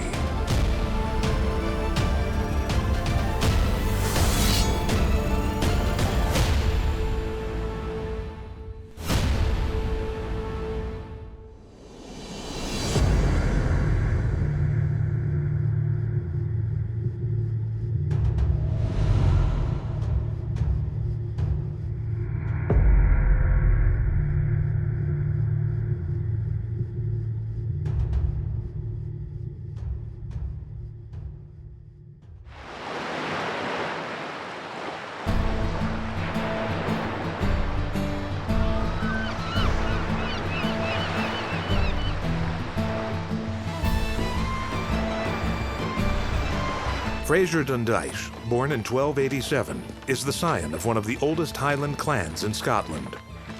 A young man with heroes to admire and a reputation to live up to. For Fraser and all Scottish clansmen, the warrior's way is a lifetime commitment.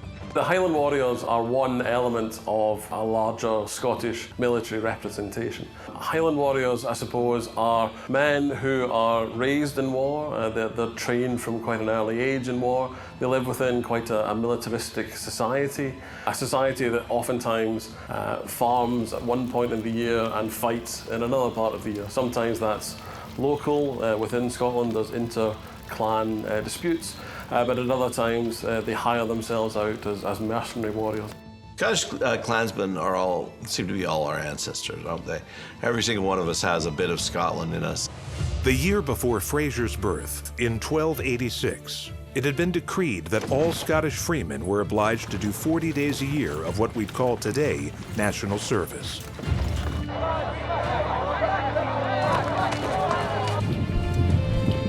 This obligation took in most social classes, including barons and thanes, the Scottish clan chieftains.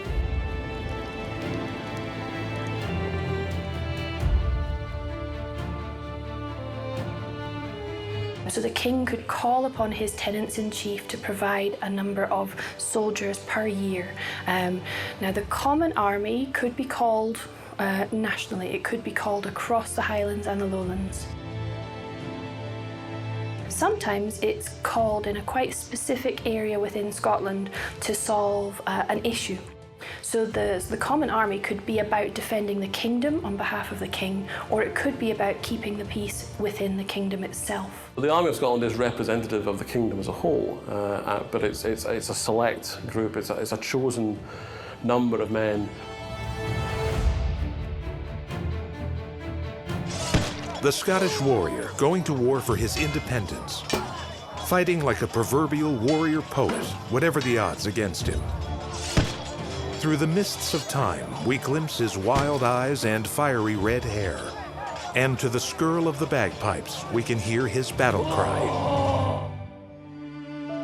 Fighting his tyrannical oppressors, the scheming and conniving English kings and their court, outnumbered, but never bested when it comes to courage, waving his two-handed sword as he charges into battle.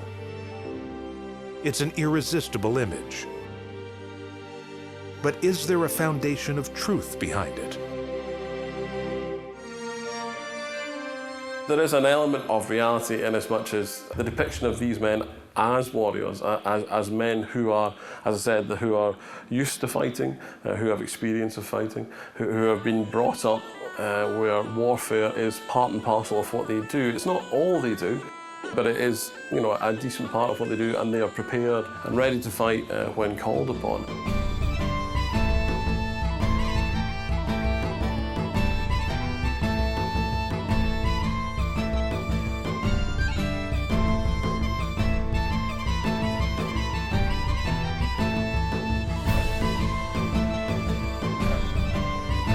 Fraser Dundyke's story is centered around the Scottish Wars of Independence in the late 13th, early 14th centuries.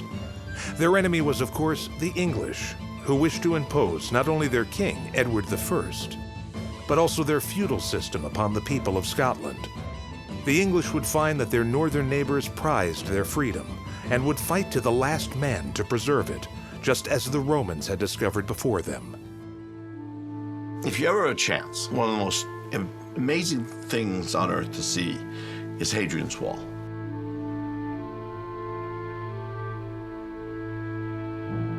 In its existence today, 2,000 years from when it was built, it still is this impressive structure that cut off all of Scotland, 70 miles long. All of Scotland. People walk it all the day, every day. You can go see the fortresses and how big and strong it was. Why did they build the wall? There were people who wanted what they had, meaning the Romans. The Romans were fearsome warriors. The Picts were good raiders, as all Scots were good raiders all the way throughout history. They would cross over a border very quickly, steal everything, and run back.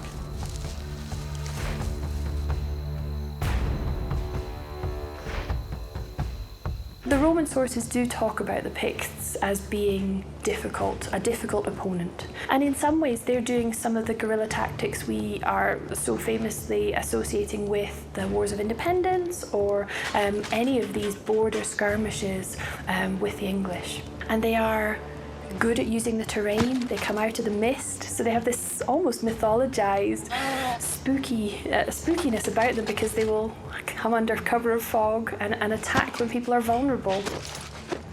And they are not going to take prisoners. The Romans come north, but they don't ever stay too long. And so once the Romans are away again, the Picts are able to then raid south into Roman Britain. And so you have something like, Hadrian's Wall being established in part as a defensive measure to try and keep the Picts and others out. But apparently the Picts are also quite well catered for in terms of naval resources. So ironically, they're able to bypass the wall and attack northeastern England by sea. Hadrian's Wall certainly did not stop the Picts from raiding Roman settlements.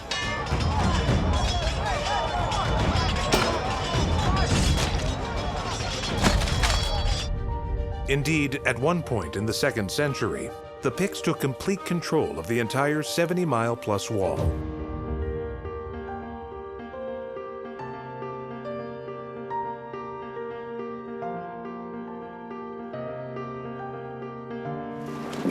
Later, even the Vikings approached Scotland with a degree of caution.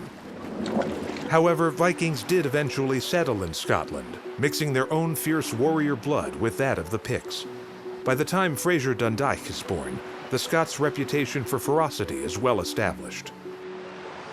So, for example, we have a 12th century chronicler, Aelred of Rievaulx, and he's a Cistercian abbot. He's writing from Rievaulx Abbey in Yorkshire.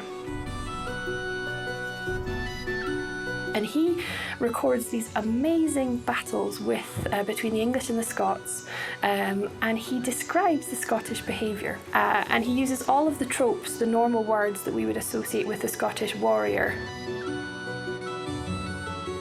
Savage, barbaric, brutal, unrelenting, all of those things are in his sources. He goes a step further. He particularly singles out the Galwegians, so the men of Galloway, and this is a really interesting choice. He calls them baby killers. He said and some of his fellow chroniclers, they make these descriptions of the men of Galloway not nice, crushing babies beneath the hooves of their horses' feet, ripping fetuses out from pregnant women's stomachs and dashing the fetus on stones, murdering, raping, setting fires. Like later Hollywood producers, medieval scribes did not always let the facts stand in the way of a good, blood-curdling story. But there's no doubt that medieval Scots were fearsome warriors. Their reputation was well-founded. However, before the Wars of Independence, most of their fighting involved one Scots clan pitted against another.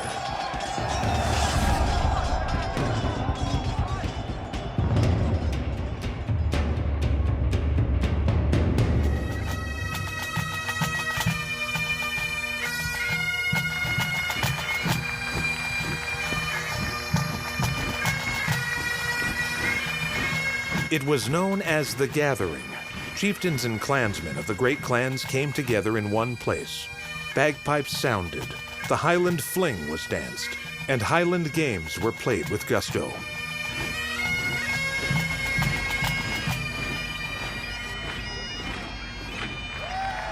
Contests, such as the tossing of the caber, where competitors see who can throw a 20-foot pole the furthest distance, and hammer throwing.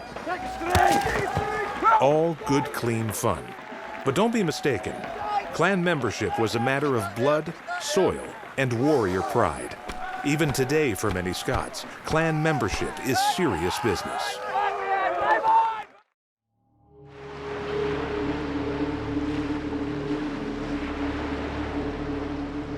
For Fraser Dundike, at large during the turn of the 12th and 13th century, clan membership was everything. Born into one of Scotland's first major clans, his loyalty to clan comes before loyalty to country, and certainly before any crown.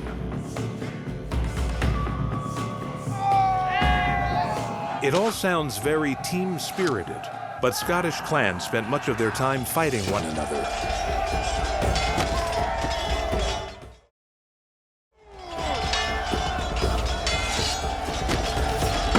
They lived off the land and the cattle that grazed upon it, so most of their disputes were over territory and livestock.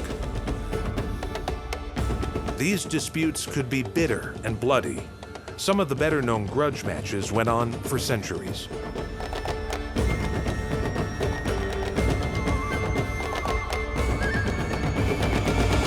Two of these were the Campbells and MacDonalds. We don't understand why. We really don't have any records. There's a lot of different mythical ideas that one cow was stolen here, or one person was raped here, or one person was killed here. Pretty much like any feud, it starts, and then it continues on because nobody will stop it. This one continued on for centuries. It's an excellent example, one of the longest lasting ones. And in fact, they still have a saying, never trust a Campbell, because of how the Campbell-MacDonald rivalry ended. Somebody like James VI is trying to solve what he calls his Highland problem. And so you get into the 18th century, you have the massacre at Glencoe, which is one of the more infamous ones, where the MacDonalds lets the Campbell agents in and put them up for the night and give them hospitality, and then the Campbells murder them in their beds. This was the bitter end of a clan feud that had begun in the 13th century and lasted at least 500 years.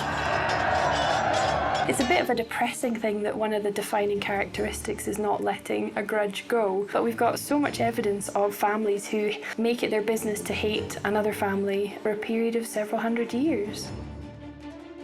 So quite simply, the dispute between the Campbells and the MacDonalds is about power and proximity. They are neighbouring clans in the West Coast.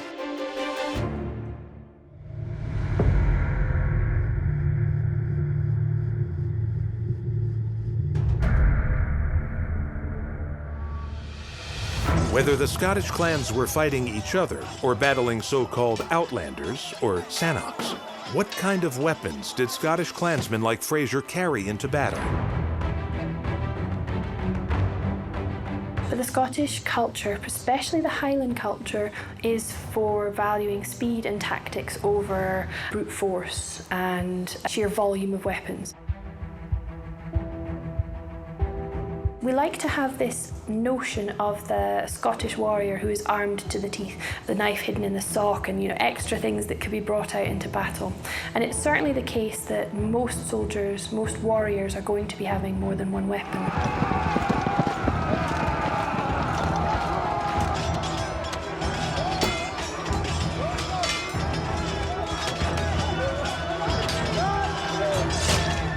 So swords probably, but certainly spears are absolutely a classic part of warfare across the Middle Ages, and the West Highlands and the Highlands are no different. But also things like axes, very much the West Highlands in particular are quite known for the axe. Sometimes with a long shaft, so it's not a hand axe, it's a two-handed, almost like a spear, but with an axe head on the end. The Lochaber axe is probably one of those types of things, and so with a longer reach and ability to do more damage.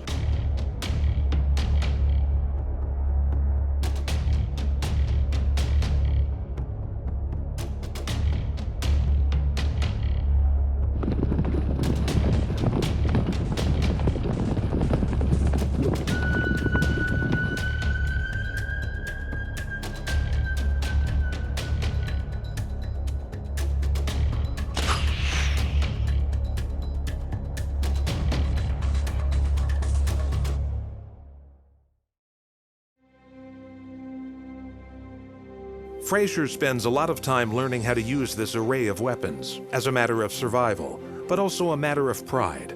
It's not difficult to see how a pike could inflict mortal wounds. The Scots carried several variations on the pike. There was the flail, the glaive, and the Highland halberd, also known as the Lochaber axe, essentially an axe on the end of a long pole. These were weapons capable of felling an armored knight from his horse with one blow. Pikes were central to a Scots battle tactic known as the schiltron. Foot soldiers carrying pikes formed a rectangle or oval, their weapons tilted outwards, so as to present a sharp fence to attackers. So the schiltron is a very exciting piece of technology, and it's a very successful tool in the Scottish arsenal. It requires incredible precision and training. The schiltron needs to be drilled in order to be effective, and it's like the Anglo-Saxon shield wall or the Roman phalanx. It requires on-the-group functioning and not breaking down. So it is very difficult to penetrate at close quarters. Any Scots warrior who was really armed to the teeth probably had to bring his own weapons. Case in point, in the year 1318, Robert the Bruce decreed that any man who owned goods equivalent to the value of a cow should supply their own spear, sword, or bow and arrow with 24 arrows. As for his attire, in the Hollywood history of Scotland, the warriors who fought with William Wallace and Robert the Bruce were all wearing kilts. But is this another case of not letting the truth get in the way of a good story?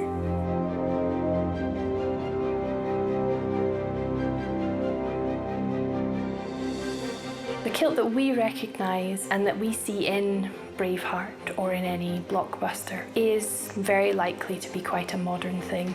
The common story that's told is that it's the creation of Thomas Rawlinson, an industrialist and inventor in 1720, and he's English. So this would be the skirt-only piece. What we know is that in the Highlands, people are wearing a plaid, that it is a much longer and larger piece of material, and that it's designed to be able to protect people from the elements. And if you think about where they are, bare legs is not necessarily going to be very nice, especially at night. So to have a longer piece of equipment that you can drape round yourself and stay warmer is going to be an advantage. The equivalent for Highland warriors would have been, the plaid, so you have a massive piece of material that you wrap around yourself. And yes, it probably would have been vaguely kilt-like, but it's not anything like, modern kilts, which are all colour and a standard length and all the rest of it. The use of different patterns, tartan, to distinguish one's clan was something that came later, in the 17th century.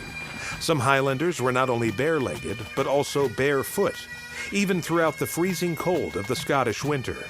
The reputation for toughness of these feral fighting men was clearly well-deserved. The Scots would need all the toughness they could muster in the half-century of wars between 1296 and 1346.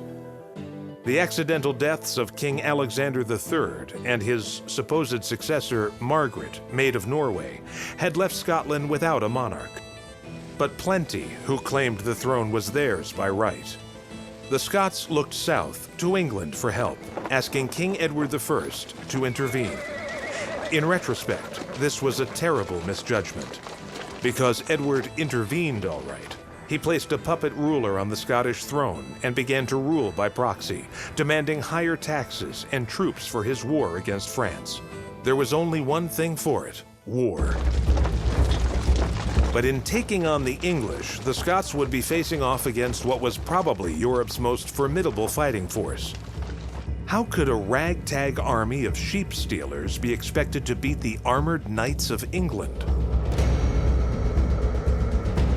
The Wars of Independence are absolutely a very fascinating thing because there is this sense of a purity of a cause. It's fighting for independence, fighting for freedom is universal. It's something we can all relate to. At the beginning of the wars, I don't think things looked great for the Scots. England is a much bigger country. It is a much wealthier kingdom.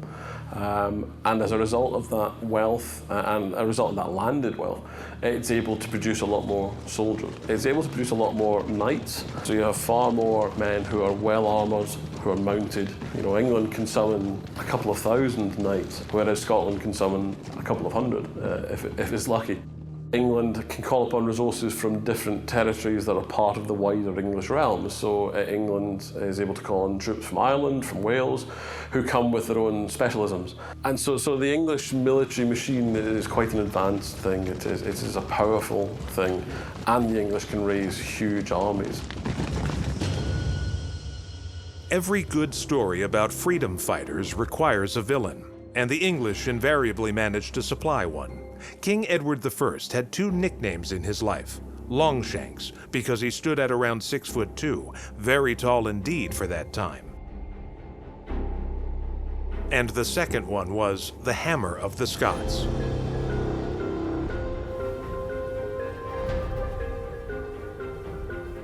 It was on his orders that the Scottish border town of Berwick was sacked and its people brutalized. The massacre of Berwick, as it came to be known, was described thus in Bowers' Scotichronicon. Edward spared no one, whatever the age or sex, and for 2 days streams of blood flowed from the bodies of the slain. For in his tyrannous rage, he ordered 7,500 souls of both sexes to be massacred. Hard to believe this quaint border town was once the site of so much bloodshed, but it was.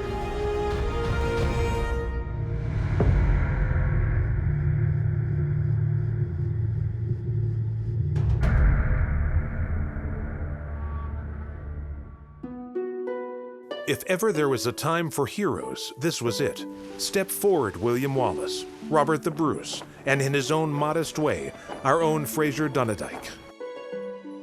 In the 19th century, this impressive monument to William Wallace was built atop the rock of Abbey Craig near Stirling. The Scots and English had long since made peace, and all could admire the bravery of this most impressive warrior. Like Edward I, Wallace was a big man, around 6'4" in his case, and a hard man, by any standards. William Wallace was a thug. He was a rebel, he was a thief, he was probably a madman. His rebellion gets going primarily because he's successful at unifying certain other madmen, certain other thieves, certain other thugs go against the English, and because they have this great victory at Stirling Bridge. With his lightning raids on the English, William Wallace did much to restore his people's pride and the dream of an independent Scotland. Around a year after the massacre at Berwick in 1297, William Wallace had gone a long way to driving English forces from Scottish lands.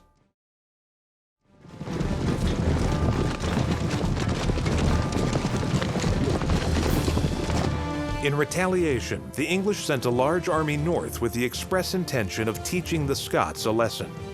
But it was they who would be schooled.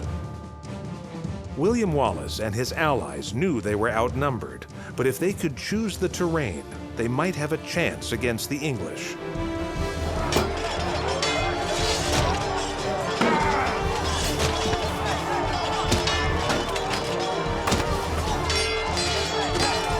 And here it is, Stirling Bridge, the only place for miles where an invading army could bring its supply wagons.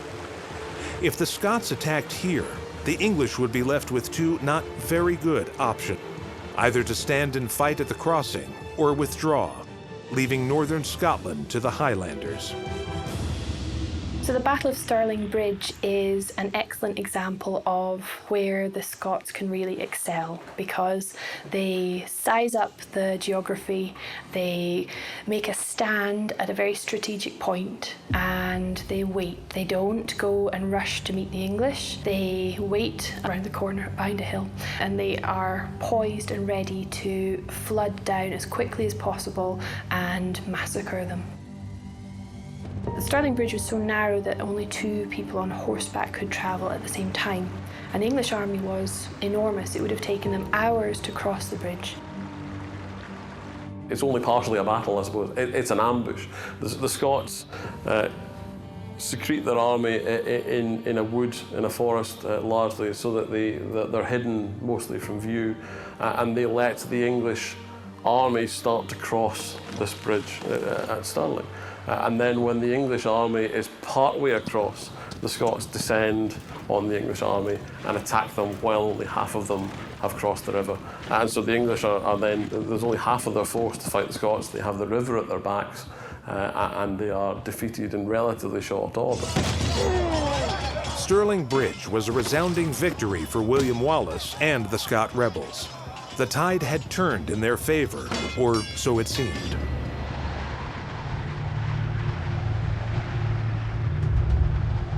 In the wake of Stirling Bridge, the Scots go and raid into England, threatening even somewhere like York. They descend quite far into England. And so that very much takes the war to England again, just when the English have thought that the war is over, effectively. Of course, the English will come back, but for that kind of short period of time, the Scots seem to have the upper hand. King Edward was not going to tolerate this rebellion for long. Less than a year later, in July 1298, the English would have their revenge on Wallace at the Battle of Falkirk. And this time, it was they who made use of a tactical advantage, the longbow. Scots get lured onto marshy ground at Falkirk, rather stupid maneuver by William Wallace, where Edward is able to lure his major portion of the troops into ground that they couldn't move across very effectively, and then Edward stood back with his longbowmen, and they launched arrow upon arrow upon arrow onto him, and they were poorly armored and thus completely defeated rather quickly. This is a very different battle from Stirling Bridge. This isn't an ambush, this is a proper set piece. And the Scottish army at Falkirk, Wallace decides to put the Scots into a series of divisions called schiltrums. And so you have your infantry in a large body, all armed with spears, and those spears are then pointed out the way. And so it forms something like a hedgehog, so that the English cavalry, if it attacks those standing groups, can't break through. And indeed, the horses and the knights will hit the spears before they ever get to the soldiers. And this is what happened. The English charge time and again against the Scottish divisions, but without any effect, and the Scots are holding firm, and it looks like it might be going the Scottish way. But at that point, Edward I makes the decision to withdraw the cavalry and bring forward his archers. And the archers then proceed to pour missile fire into the Scottish divisions, and the Scottish infantry are not well enough protected to withstand that sort of attack. Once the English longbowmen created gaps in the Scottish defenses, their cavalry swept in and the Scots turned and ran for their lives. William Wallace would remain on the run for nearly 8 years before he was betrayed, captured, and taken to London to be tried for treason in 1305. He was sentenced to death, but the execution was barbaric, even by the standards of the day. After being dragged naked through the streets by a horse, Wallace was hung. Then, while still alive, he was eviscerated, castrated, and finally beheaded, drawn, and quartered. His head and body parts put on display to discourage anyone else with similar ideas of rebellion. But for the Scots, being the contrarians they are, it had the opposite effect.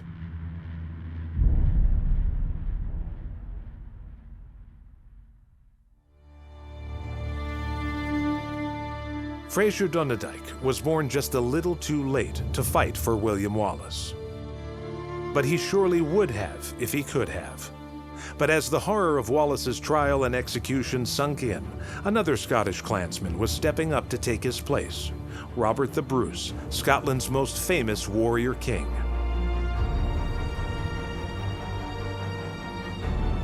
To fight for Robert the Bruce in the cause of freedom becomes Fraser Donadike's greatest ambition. And soon, he will get his wish. Robert the Bruce is held in even higher esteem than William Wallace because he had a successful, decisive end point and because he became king.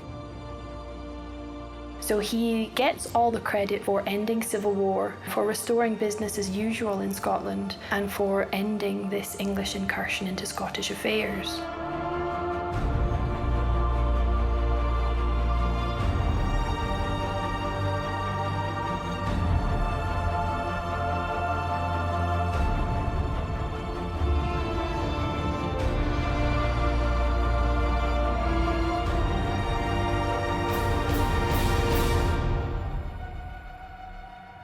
Robert the Bruce was as ambitious as he was brave, ruthless as he was resolute.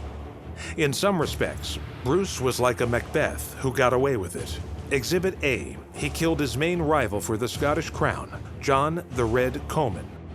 Not on the field of battle, but in a church. The Franciscan church at Dumfries, to be precise.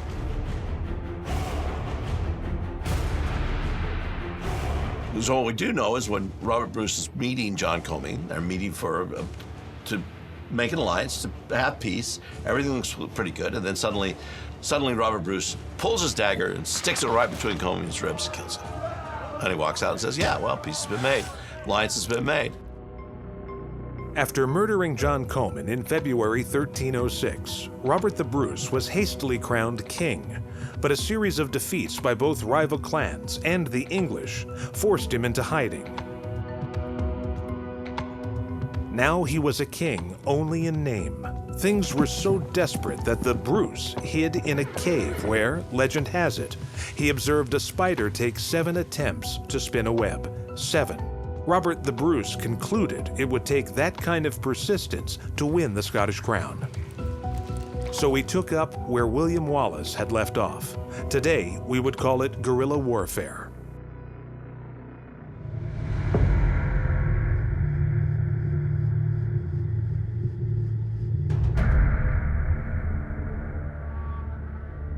In their battle for independence against their hated English overlords, the Scottish clans are determined to follow the example set by their fallen hero, William Wallace, and pursue guerrilla tactics to demoralize and deplete their enemy before confronting them on the battlefield.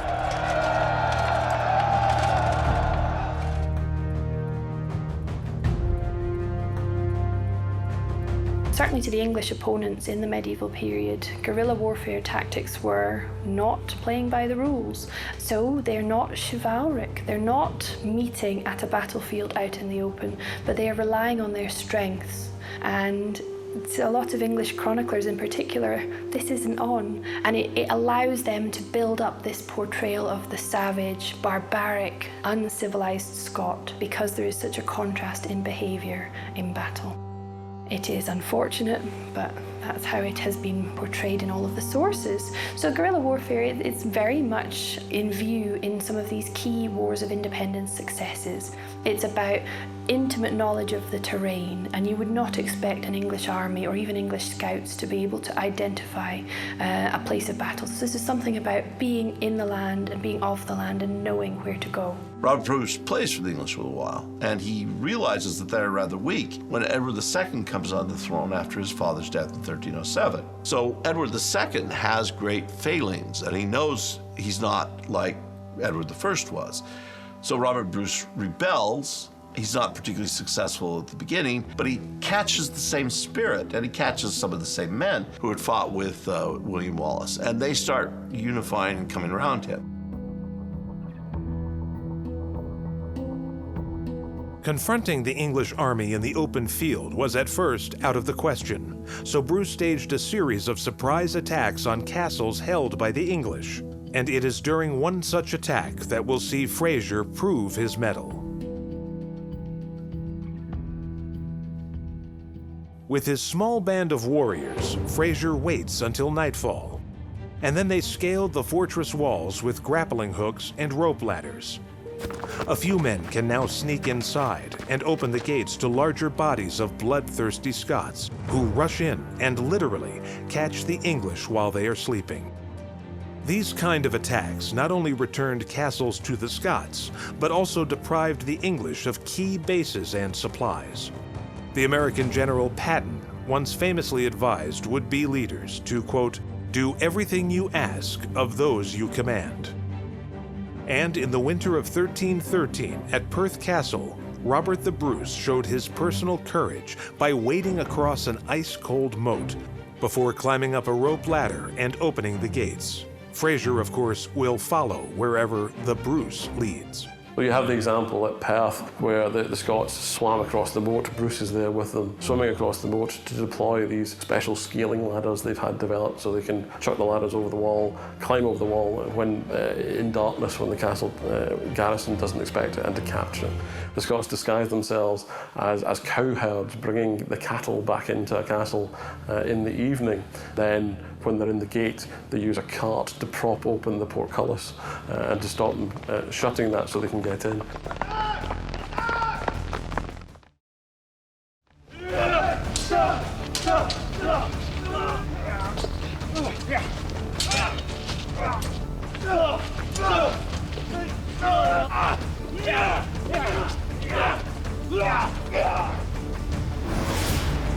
Another classic clan warrior tactic was to raid English troops while they were on the move, cutting off groups of soldiers before laying waste to them. The Scots lived off the land, meaning they had no baggage train, whereas the English supply lines were vulnerable to attack. The Scots, particularly Highlanders, are used to travelling lots of distance and surmounting very difficult terrain, so it's normal for them. They use ponies rather than horses because ponies can cope with this terrain better too. So they are used to being on horseback from a young age. So this allows them as adults to be able to do this for considerable lengths of time and to cover significant distances. And it's this ability and this willingness to travel and to travel quickly that is key in their success. Although keenly aware that he was outnumbered by the battle-hardened and professional English army, the Bruce had to face his enemy on the open field at some point. Whenever possible, he would choose the terrain, preferably with a river or marshland between them and a forest behind him, the ideal spot to await the English attack. Robert the Bruce's first major victory in pitched battle was in May 1307 at Loudon Hill. The site for the battle had been prearranged, following a challenge by the English commander.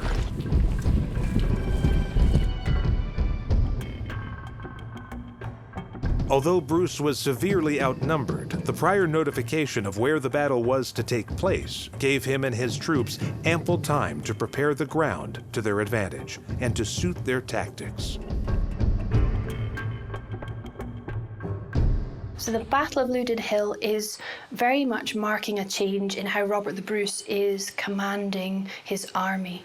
He's learned from the catastrophic defeat, the defeat that spawns the Spider legend. He's learned to control the terrain. He's learned that he cannot best the English army even with his superior numbers. So he needs to be very careful about how he marks out a battlefield and how his Scottish troops approach the English troops. So that means waiting until the right moment, ideally controlling the higher ground, restricting how many English can advance at one time, and then moving very quickly and striking to eliminate as many English soldiers as possible.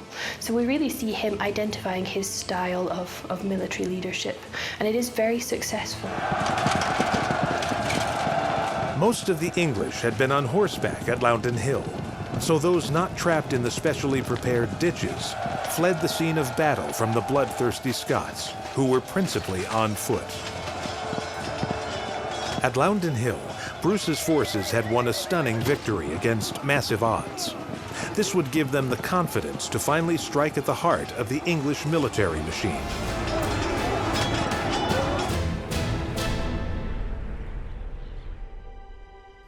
The English and Scots would meet again in open battle around a year later.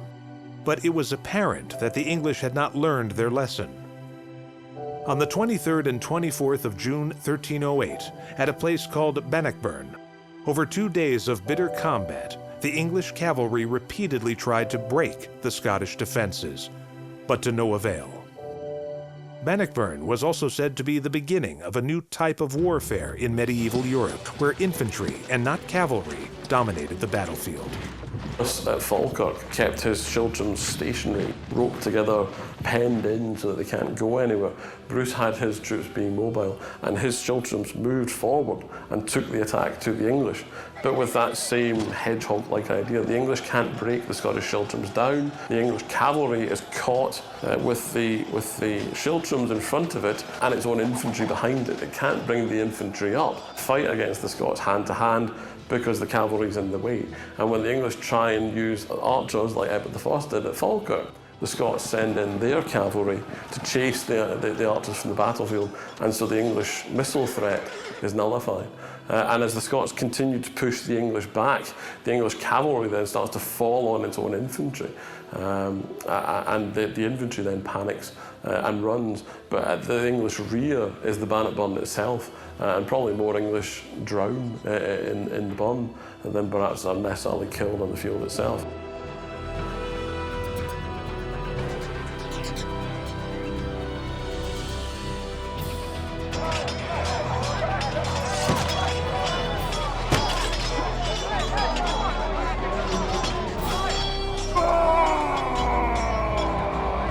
"15 years after Bannockburn, Robert the Bruce, Scotland's greatest warrior king, died of natural causes. And then, just as he had wished, his heart was carried into battle to inspire the Scots onto acts of bravery. This, rather than Wallace, was the beginning of the Braveheart legend.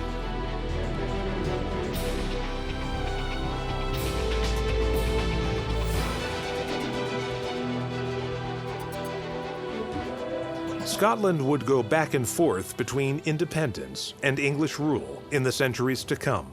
In the 18th century, the Jacobites, as they were known, had their eye not only on Scotland, but the British throne itself, with a series of rebellions in Scotland in 1715, 1719, and 1745. They sought to overthrow the ruling Hanoverian royal family and replace them with the Scottish House of Stuart.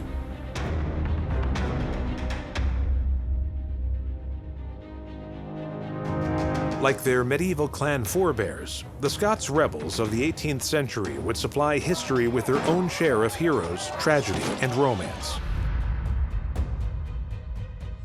The stuff that myths are made of, which is why, hundreds of years later, many people have heard of Charles Edward Stuart, the Young Pretender, also known as Bonnie Prince Charlie.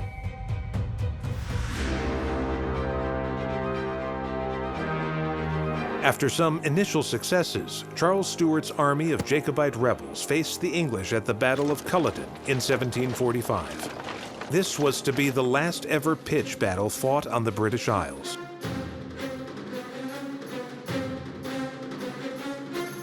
Though pounded by artillery, the outnumbered Jacobites retaliated with the kind of Highland sword charge that you'd expect from a nation of warrior poets.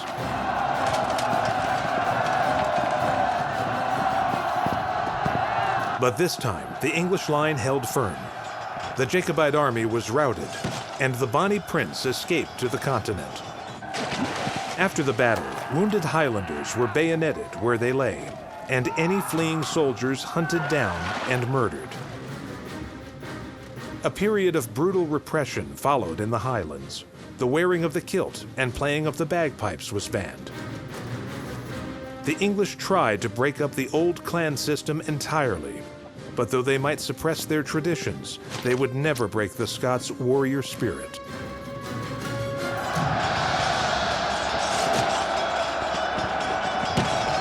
A lot of people have a very decent idea in their own minds what the medieval Scottish warrior was and what he did. But also then, as I said, that development of Scottish warriors throughout the later medieval period and the early modern period, where the Scots start to export themselves physically as mercenary warriors, as soldiers who could be hired, who can be used, who can be counted upon to fight when others may have run away. You know, they will fight no matter the conditions, as long as they're paid, as long as they're fed, they will do as they're told. And they develop a reputation for being dependable, for being solid, for being brave and resolute, and being able to fight wherever they're required. And they develop that throughout the early modern period, fighting in various parts of continental Europe, fighting for the Swedes, fighting for the Holy Roman Empire, fighting for the Russians. No matter who it is, the Scots seem to do a pretty good job.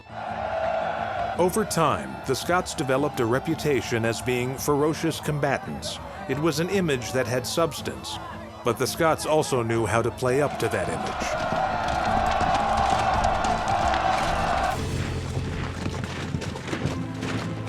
In the campaign before Waterloo, in 1815, the 79th Cameron Highlanders found some spare breastplates from French soldiers, and they make them into frying pans. So they're cooking some steaks, and they invite some Belgian soldiers to come and share a meal with them.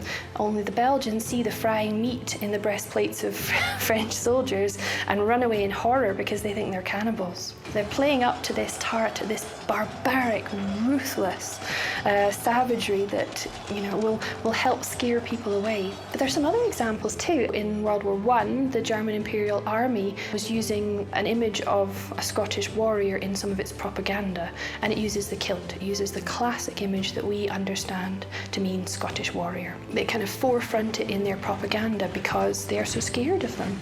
They were terrified of the Black Watch Regiment. They called the Scots the devils in kilts. They called them the ladies from hell. They were absolutely horrified by the thought of having to fight Scots. The Scots eventually would win the right to self-determination in most important aspects. They would do so peacefully, however, and through parliamentary means, which is admirable. Though admirably peaceful and democratic, acts of Parliament are just not as evocative as the Scottish clansmen of old. Stubborn, rebellious, and brave to the point of foolishness. Fraser Donadike is a fictional character, but he represents many such a man who fought for the Scottish clans. That was the Scottish clansman's tradition. That was the warrior's way.